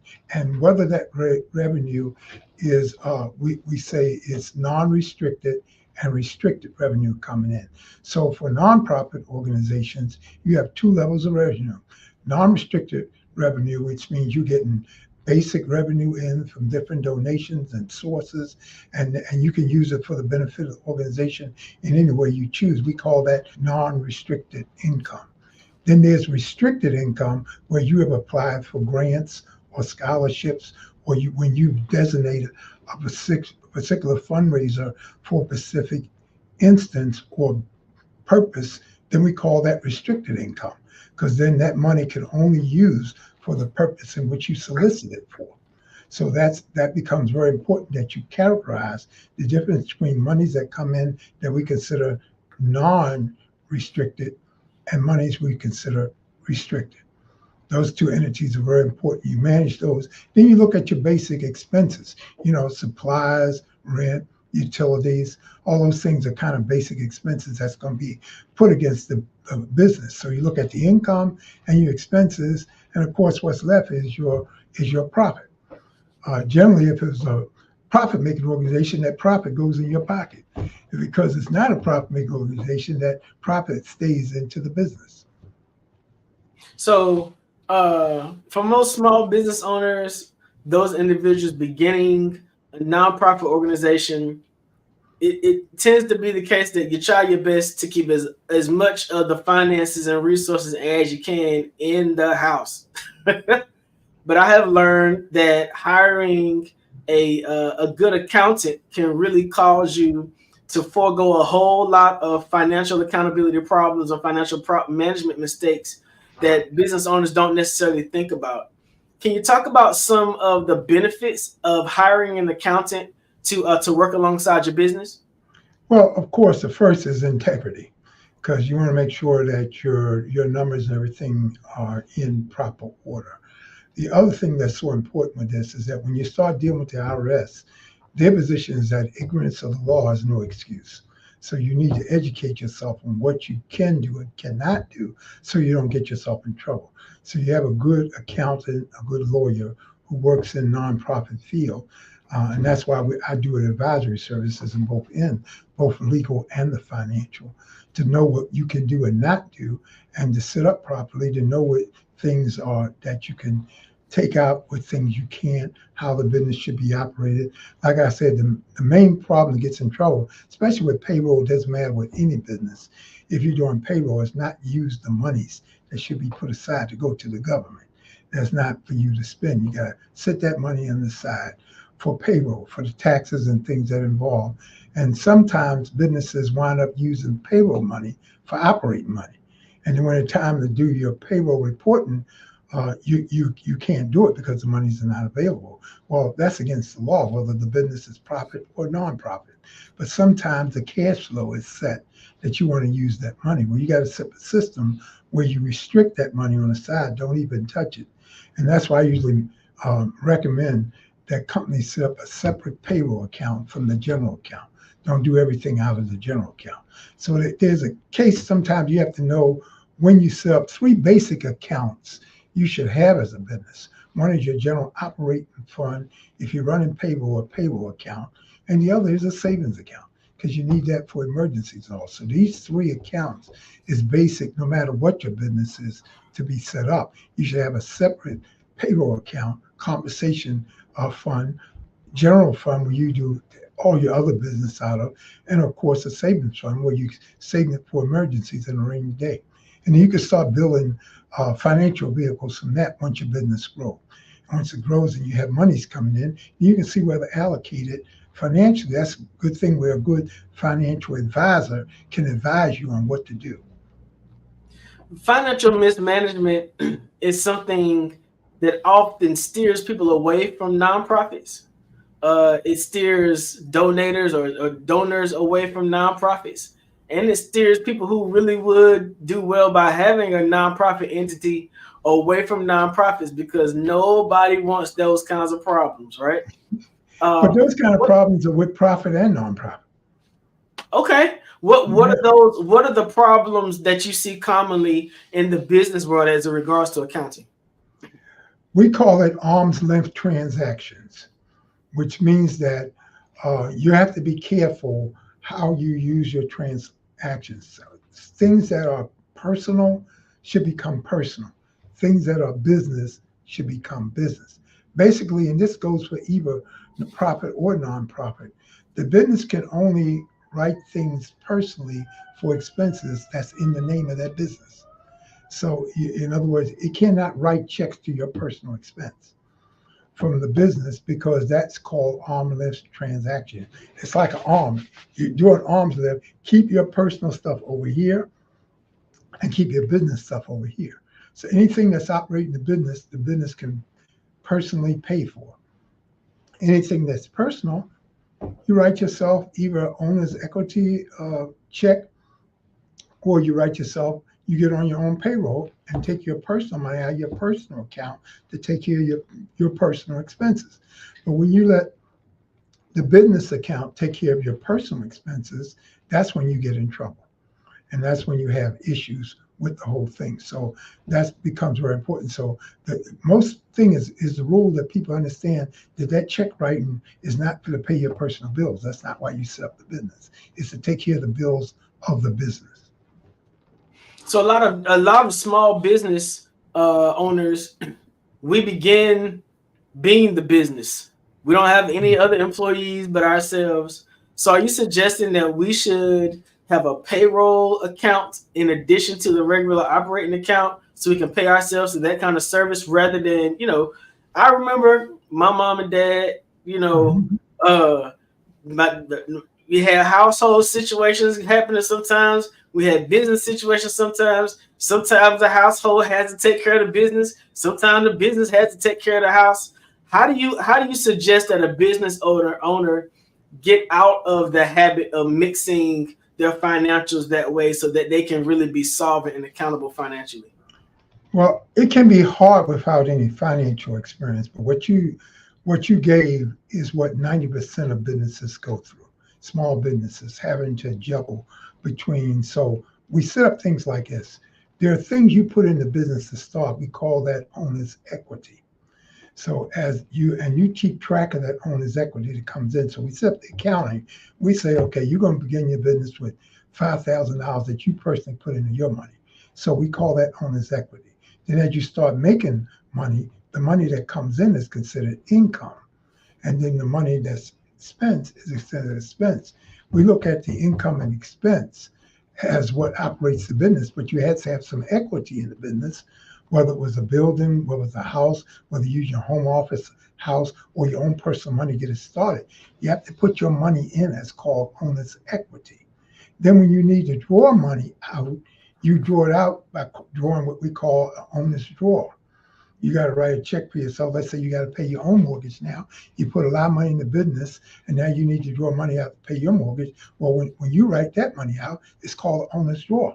So you're actually writing out money against the equity that you put in. So you're not affecting your business. You just need to draw it out. So that's called owner's draw. Now, so owner's equity, you put money in.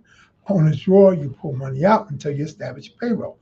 Once it grows enough to establish a payroll, you put yourself on either a 1099 where you're a contractor with your business, or the payroll where you're taking out taxes because you have more than 2 or 3 employees that you can set up a payroll. It sounds like being a small business owner takes a lot of discipline, because when tense moments of financial distress or duress come up, it seems like it could be very easy to mess around and swipe the wrong card. Yes. If tax season just ended, we're into another tax year. What should a small business owner or a nonprofit owner do to sort of align themselves now so they don't have to deal with those pitfalls come next year? First thing you have to do is get yourself educated. The IRS website has free videos. They have free information or bulletins that you can go to educate yourself. You got to be educated on what you're doing. Just like you did the research to start the business, you need to do research to manage the business.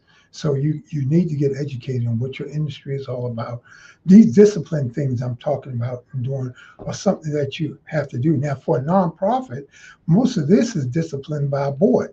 If you set up a right board, things are not done unless the approval of the board.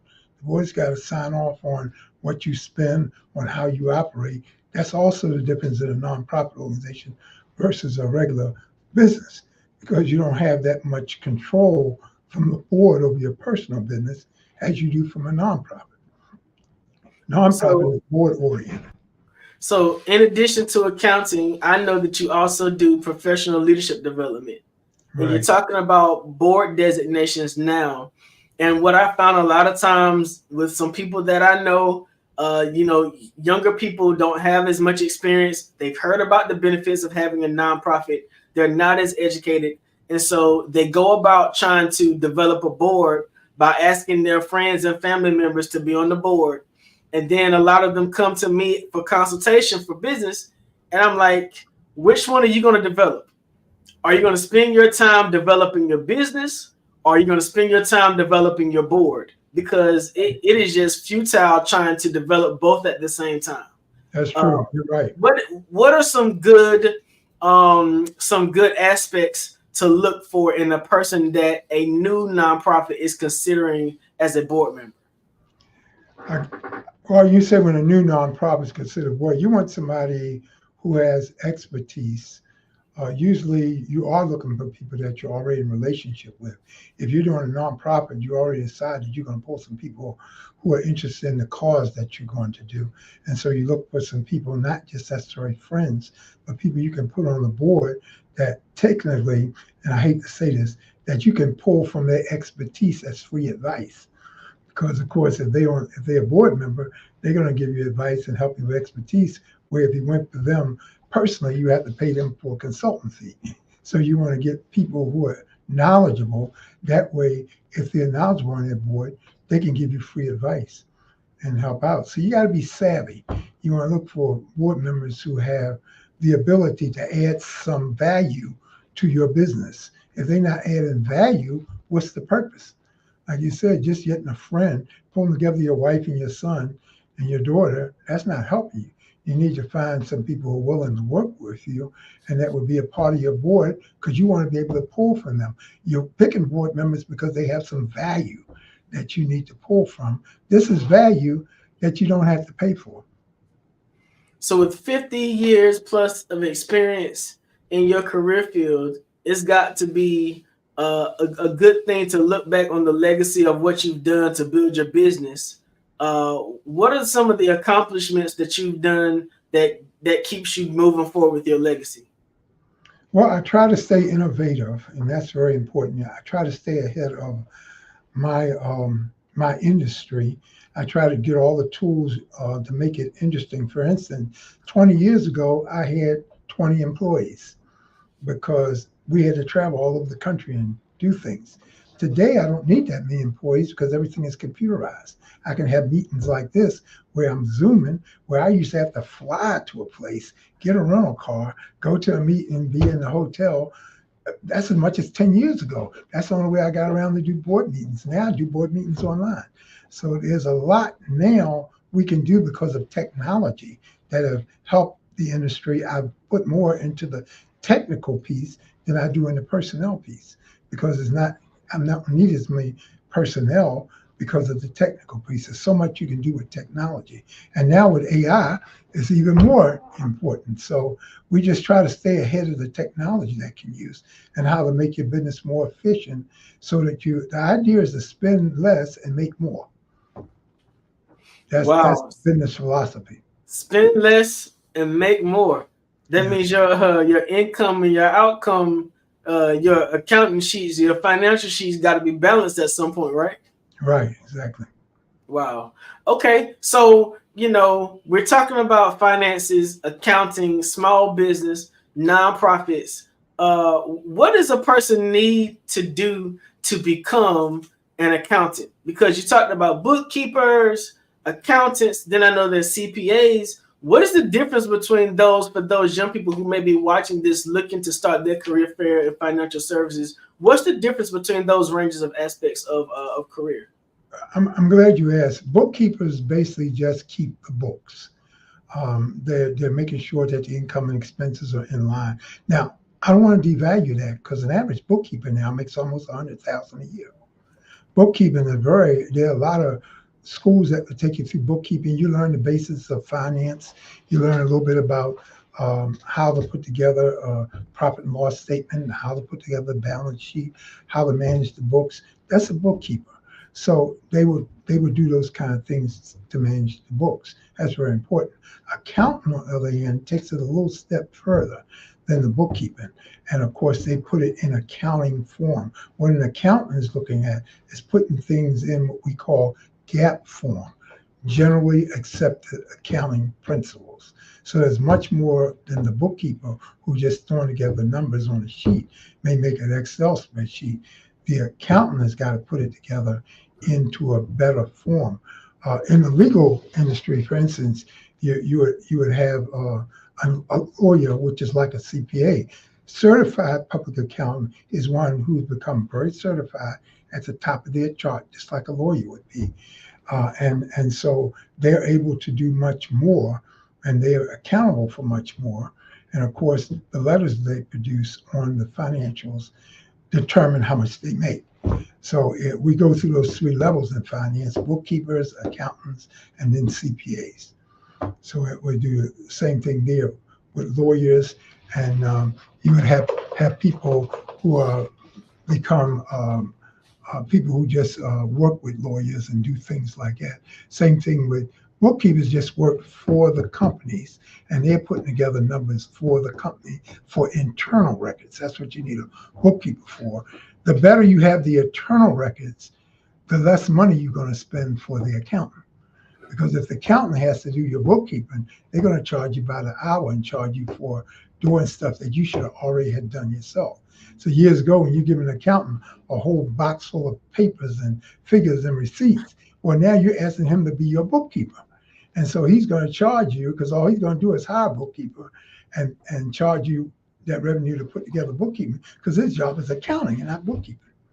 So the bookkeeper gets what we call the trash work done, put everything together in some decent form so that by the time you give it to the accountant, you can pay less to the accountant because he doesn't have to do legwork.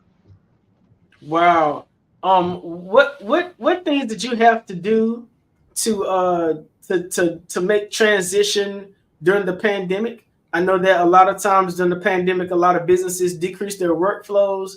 They decreased their human asset, their pretty much their personnel. Did what happened during the pandemic affect you and your business? It affected me in a very positive note because, for instance, I've been trying to get a lot of businesses that I have as clients to automate, and they were slow in coming off their desktop and putting stuff in the cloud. People had this scary thing about the cloud.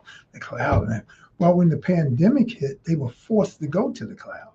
So, which increased my business because my business was already cloud-based with my accounting. So when I linked them up, they could do things from home. They don't have to get to the office to do it. You don't have to deal with people. And they were more inept to get with programs that were cloud-based, and then I can manage them from the cloud. And then found out we can do business meetings on tools like Zoom and StreamYard and others. So it just increased my value with them. And they wound up, why didn't I do this years ago? Because you didn't see the need, or you saw the need to get to the office and then to fly me in, take me places. So I didn't have to do all those things then. Dr. Goff, you celebrated a milestone birthday not long ago. What did you start counting on? Did you all have, like, I know when I was in school, we had TI-85s. They don't even have those anymore, I don't think. What was it that you started counting on, and how has the difference? Say it again. Adding machines. Adding machine. Tick-tock add machine and pulling the lever down. But before that, I came along as a younger man with pencil and paper. Wow. We had to look at the paper and add the numbers up in our head. So we look at a paper. A good accountant was good at numbers. So you look at the paper and you can look down the line and you just add the numbers up. I was like a lot of old accountants. When we went to the ad machine, they didn't even want to deal with the paper on the ad machine. They were so used to doing it in their head, but then people got used to doing mechanical ad machines. And when the calculator came along, there were a lot of accountants that didn't even want to trust the calculator. They were still on the ad machine. So we went from all of those things to go from pen and paper, ad machines, calculators, and now we go through all kinds of things to get things going. I remember you told me one day about how you had one of the first computers in your area. It took up like a whole lot of space in your office space. What was that like, getting a brand new computer back then compared to our little laptops and desktop things that we use now? Well, in my office, we were deciding between, and you find this interesting, Xerox had a typewriter that self-correct, and this is back in 1985. They had a self-correcting typewriter, so you had to keep wasting paper to take stuff out and do whiteout. The typewriter was kind of almost like a computerized typewriter. It had a little screen on the side, and a WYSIWYG screen, they called it. And it hooked to the side, but it was monochrome, hooked to the side of the typewriter. And you could look at the screen and type, and of course you could correct yourself from the screen instead of putting it on the paper. Well, that machine back then was like a $5,000-$6,000 investment in 1985. Typewriter? Typewriter. So the computers were just coming out, big monochrome computers. IBM, they had two large floppy drives. They were You talking about monochrome with the white cursor or the green one? The green one, the green cursor with the two 5 1/4 floppy drives. One was an operating disk, the other was a data disk. And you put that in the machine, and you work from there. Those machines initially were like $5,000 to $8,000. I paid $7,000 for one at a card shop. This card shop was selling those computers. I mean, actual greeting cards. They were selling those things. And this is back in 1985. I still remember it. And a greeting card company. Yeah. A greeting card company sold you a computer. Yeah. and we were trying to decide whether to get the typewriter or the computer. The problem with the computer is that, of course, software wasn't developed yet. So you had to learn how to use computer language, Alpha and all, to try to create your own. We were using BASIC back then. Were you using MS-DOS? No, not DOS hadn't even created yet. It was BASIC. It was BASIC. We were using BASIC. And we had to try to figure out how to pull together. Access wasn't even created. Excel wasn't created. I remember the first spreadsheets with Lotus. We were trying to do Lotus. So Lotus 1, 2, 3. I remember that. Right. Lotus 1, 2, 3. You're too young to remember that. I remember PFS First Choice. Wow. Yep. My parents always made sure that we had a computer in the house as I was growing up because they saw the importance of technology. And that's always something I remembered. I remember playing golf on the computer by hitting the space bar. Yep, that's right. That's right. You play the golf game with space. Yeah, you way back. And I remember the CompuServe computers. Yep. Yes, sir. But so where do you see accounting going now with AI? Do you think that the profession is going to phase itself out because now we can use more computers and technology? Or do you think there'll still be, those professionals in that area, that career field that will still be necessary for business? When people ask about what they should go into now, I said two things. First of all, I don't see it fading itself out. But you got to remember, with all this technology coming along, we need people who are going to service that technology. So you need to be going into engineering and think. These things are eliminating jobs for users, but creating jobs for technicians. So you got those two things involved. What the technology is doing is making the uses of technology easier. Just like any automation, we got factory automation, things that's going to technology on building cars or doing factory things. Machines have taken over to do things. You don't need as many personnel to do stuff, but somebody still need to fix those machines.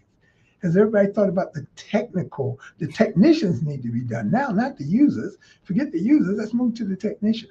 I had a friend years ago, used to work at the bank, and she took check order in things at the bank by the branches calling in on the air machine at the corporate headquarters and leaving the information for the clients to get their check produced, leaving their check numbers and all the information on a voicemail. And she had to transcribe them off the air machines, the information to get check writing done. I said, you ain't gonna be doing that job too many more years. I said, the technology is changing. They were using a voice voice answer machines then. And different branches was calling in at the end of the day to these answer machines, giving their branch number, giving the client's information, and she had to transcribe it and then send it to the printing company. Well, that's a whole lot of work. It was, but that's how work was done then. Wow. I mean, what could you do? It wasn't automated. That was work done. It's like 6 guys pulling a wheelbarrow as compared to a horse pulling it, found the engine doing it. So technology changed as it went along, and you just got to be motivated. People think, I just turned 75 last year, and a lot of people wonder how I stay ahead of the game. I've always been a good thinker, so I'm always thinking of technology. I'm always trying to stay ahead with the latest things so I can keep myself innovative, so I don't lose behind the game. The people, you're talking about what's happening with accounting and finance and with legal things, the people who don't stay ahead of the technology lose out. Because if you don't learn how to use the tools or the software or the things that's innovative, you won't be able to stay ahead of the game. I have to know what my clients are using so I know what to use. I have to stay ahead of where they are. When they know this, I need to know this. So we proficient ourselves in several bookkeeping programs that our clients are using online so we can pull stuff from it and do our accounting. Well, we don't just learn one bookkeeping program. We learn other bookkeeping programs too. And we have a preferred one we'd rather our clients use, but it don't mean we don't know some of the others. We have to learn some of the others because people always got preferences. And so we learn how to operate through all those preferences so that we can do our job too. So for instance, I use a Mac and a PC because I need to know both formats. So I'm using Mac. I use for some things. The PC I use for some things. I got clients who are Mac clients, and I have clients who are PC clients. So I have to know which elements to work with them on. So it's very important. This has been an amazing wealth of conversation. I really, really wanted to get into succession and estate planning. We just did not have enough time. We're going to have to do this again. Right. But I really appreciate you coming on the Black Business Network, sharing your knowledge and skill set with our listeners. Can you give everybody information about how they can reach out to you for any accounting needs? Maybe there's small business owners or nonprofit organization executives who need to reach out and get your knowledge. Yeah, we have our site is dmgprofessional.com. And we're a national-based organization. We're not just, even though we land in North Carolina, my client base is nationwide. So I'm dealing with nonprofit businesses all over the country. DMGprofessional.com. If you go to our website, you'll get the information off of there. You can email us, you can call us, and we'd be glad to service you. Go to dmgprofessional.com and Dr. Dennis Miles Goffin to take care of all your accounting needs. Thank you again so much, and we'll see you on the other side. Genius is coming, and I'll see you on the other side. Thank you. Wow, what an amazing, valuable conversation about accounting. If you're a Black business owner or if you're a corporate executive, I'm sure he shared some tips with you that can help you along the way. This is the Black Business Expo. The mission is to raise funds for high school seniors going to college or K-12 entrepreneurs. This expo is a fundraiser for students. You can go to www.blackbusinessexpousa.com or to donate to the scholarship fund, or you can use the Cash App that's on the bottom of the screen, $BBXUSA. Our goal is to give laptops and up to $5,000 to 10 deserving students. Students can register online at www.blackbusinessexpousa.com. Remember, every dollar counts, so we want to remind you to donate to the scholarship fund. We want to thank our Black Business Expo USA sponsors for April 2024.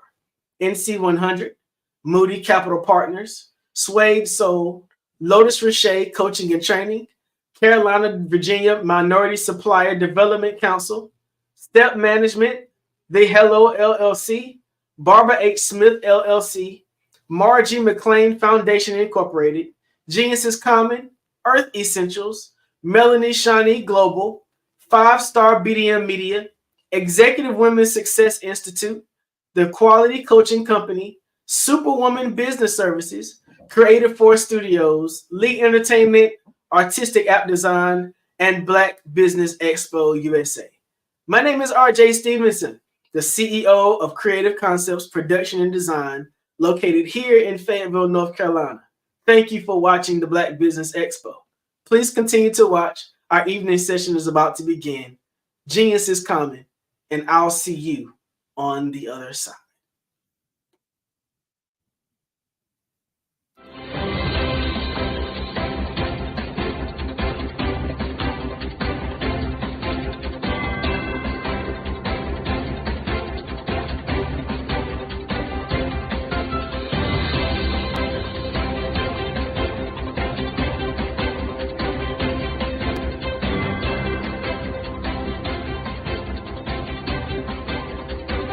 Hello, I am Dr. Eric Kelly III, the visionary strategist and founder of the Black Business Olympics. I invite you to showcase your Black-owned businesses on the Black Business Network global stage. The Black Business Olympics is a global Black Business Network platform that propels Black-owned businesses into the international spotlight. By showcasing your business on the Black Business Olympics platform, you can reach a worldwide audience of potential customers, partners, and investors. You can also establish yourself as a thought leader and expert in your field, attract lucrative partnerships, and more speaking engagements. In addition, the Black Business Olympics platform provides a valuable opportunity to connect and collaborate with like-minded entrepreneurs and business professionals from around the world. This can lead to new business opportunities, ideas, and relationships. Finally, by sharing your story and expertise on the Black Business Olympics platform, you can inspire and empower others. This is a powerful way to make a positive impact on the world and leave a lasting legacy. If you are a Black-owned business owner, I encourage you to seize the opportunity to showcase your business on the Black Business Olympics platform. It is a once-in-a-lifetime opportunity to make an indelible mark on the world. Be one of the 1,000 visionary entrepreneurs who are changing students' lives, shaping industries, and leaving an unforgettable legacy for their families. Unleash your voice on our global stage and watch your business thrive.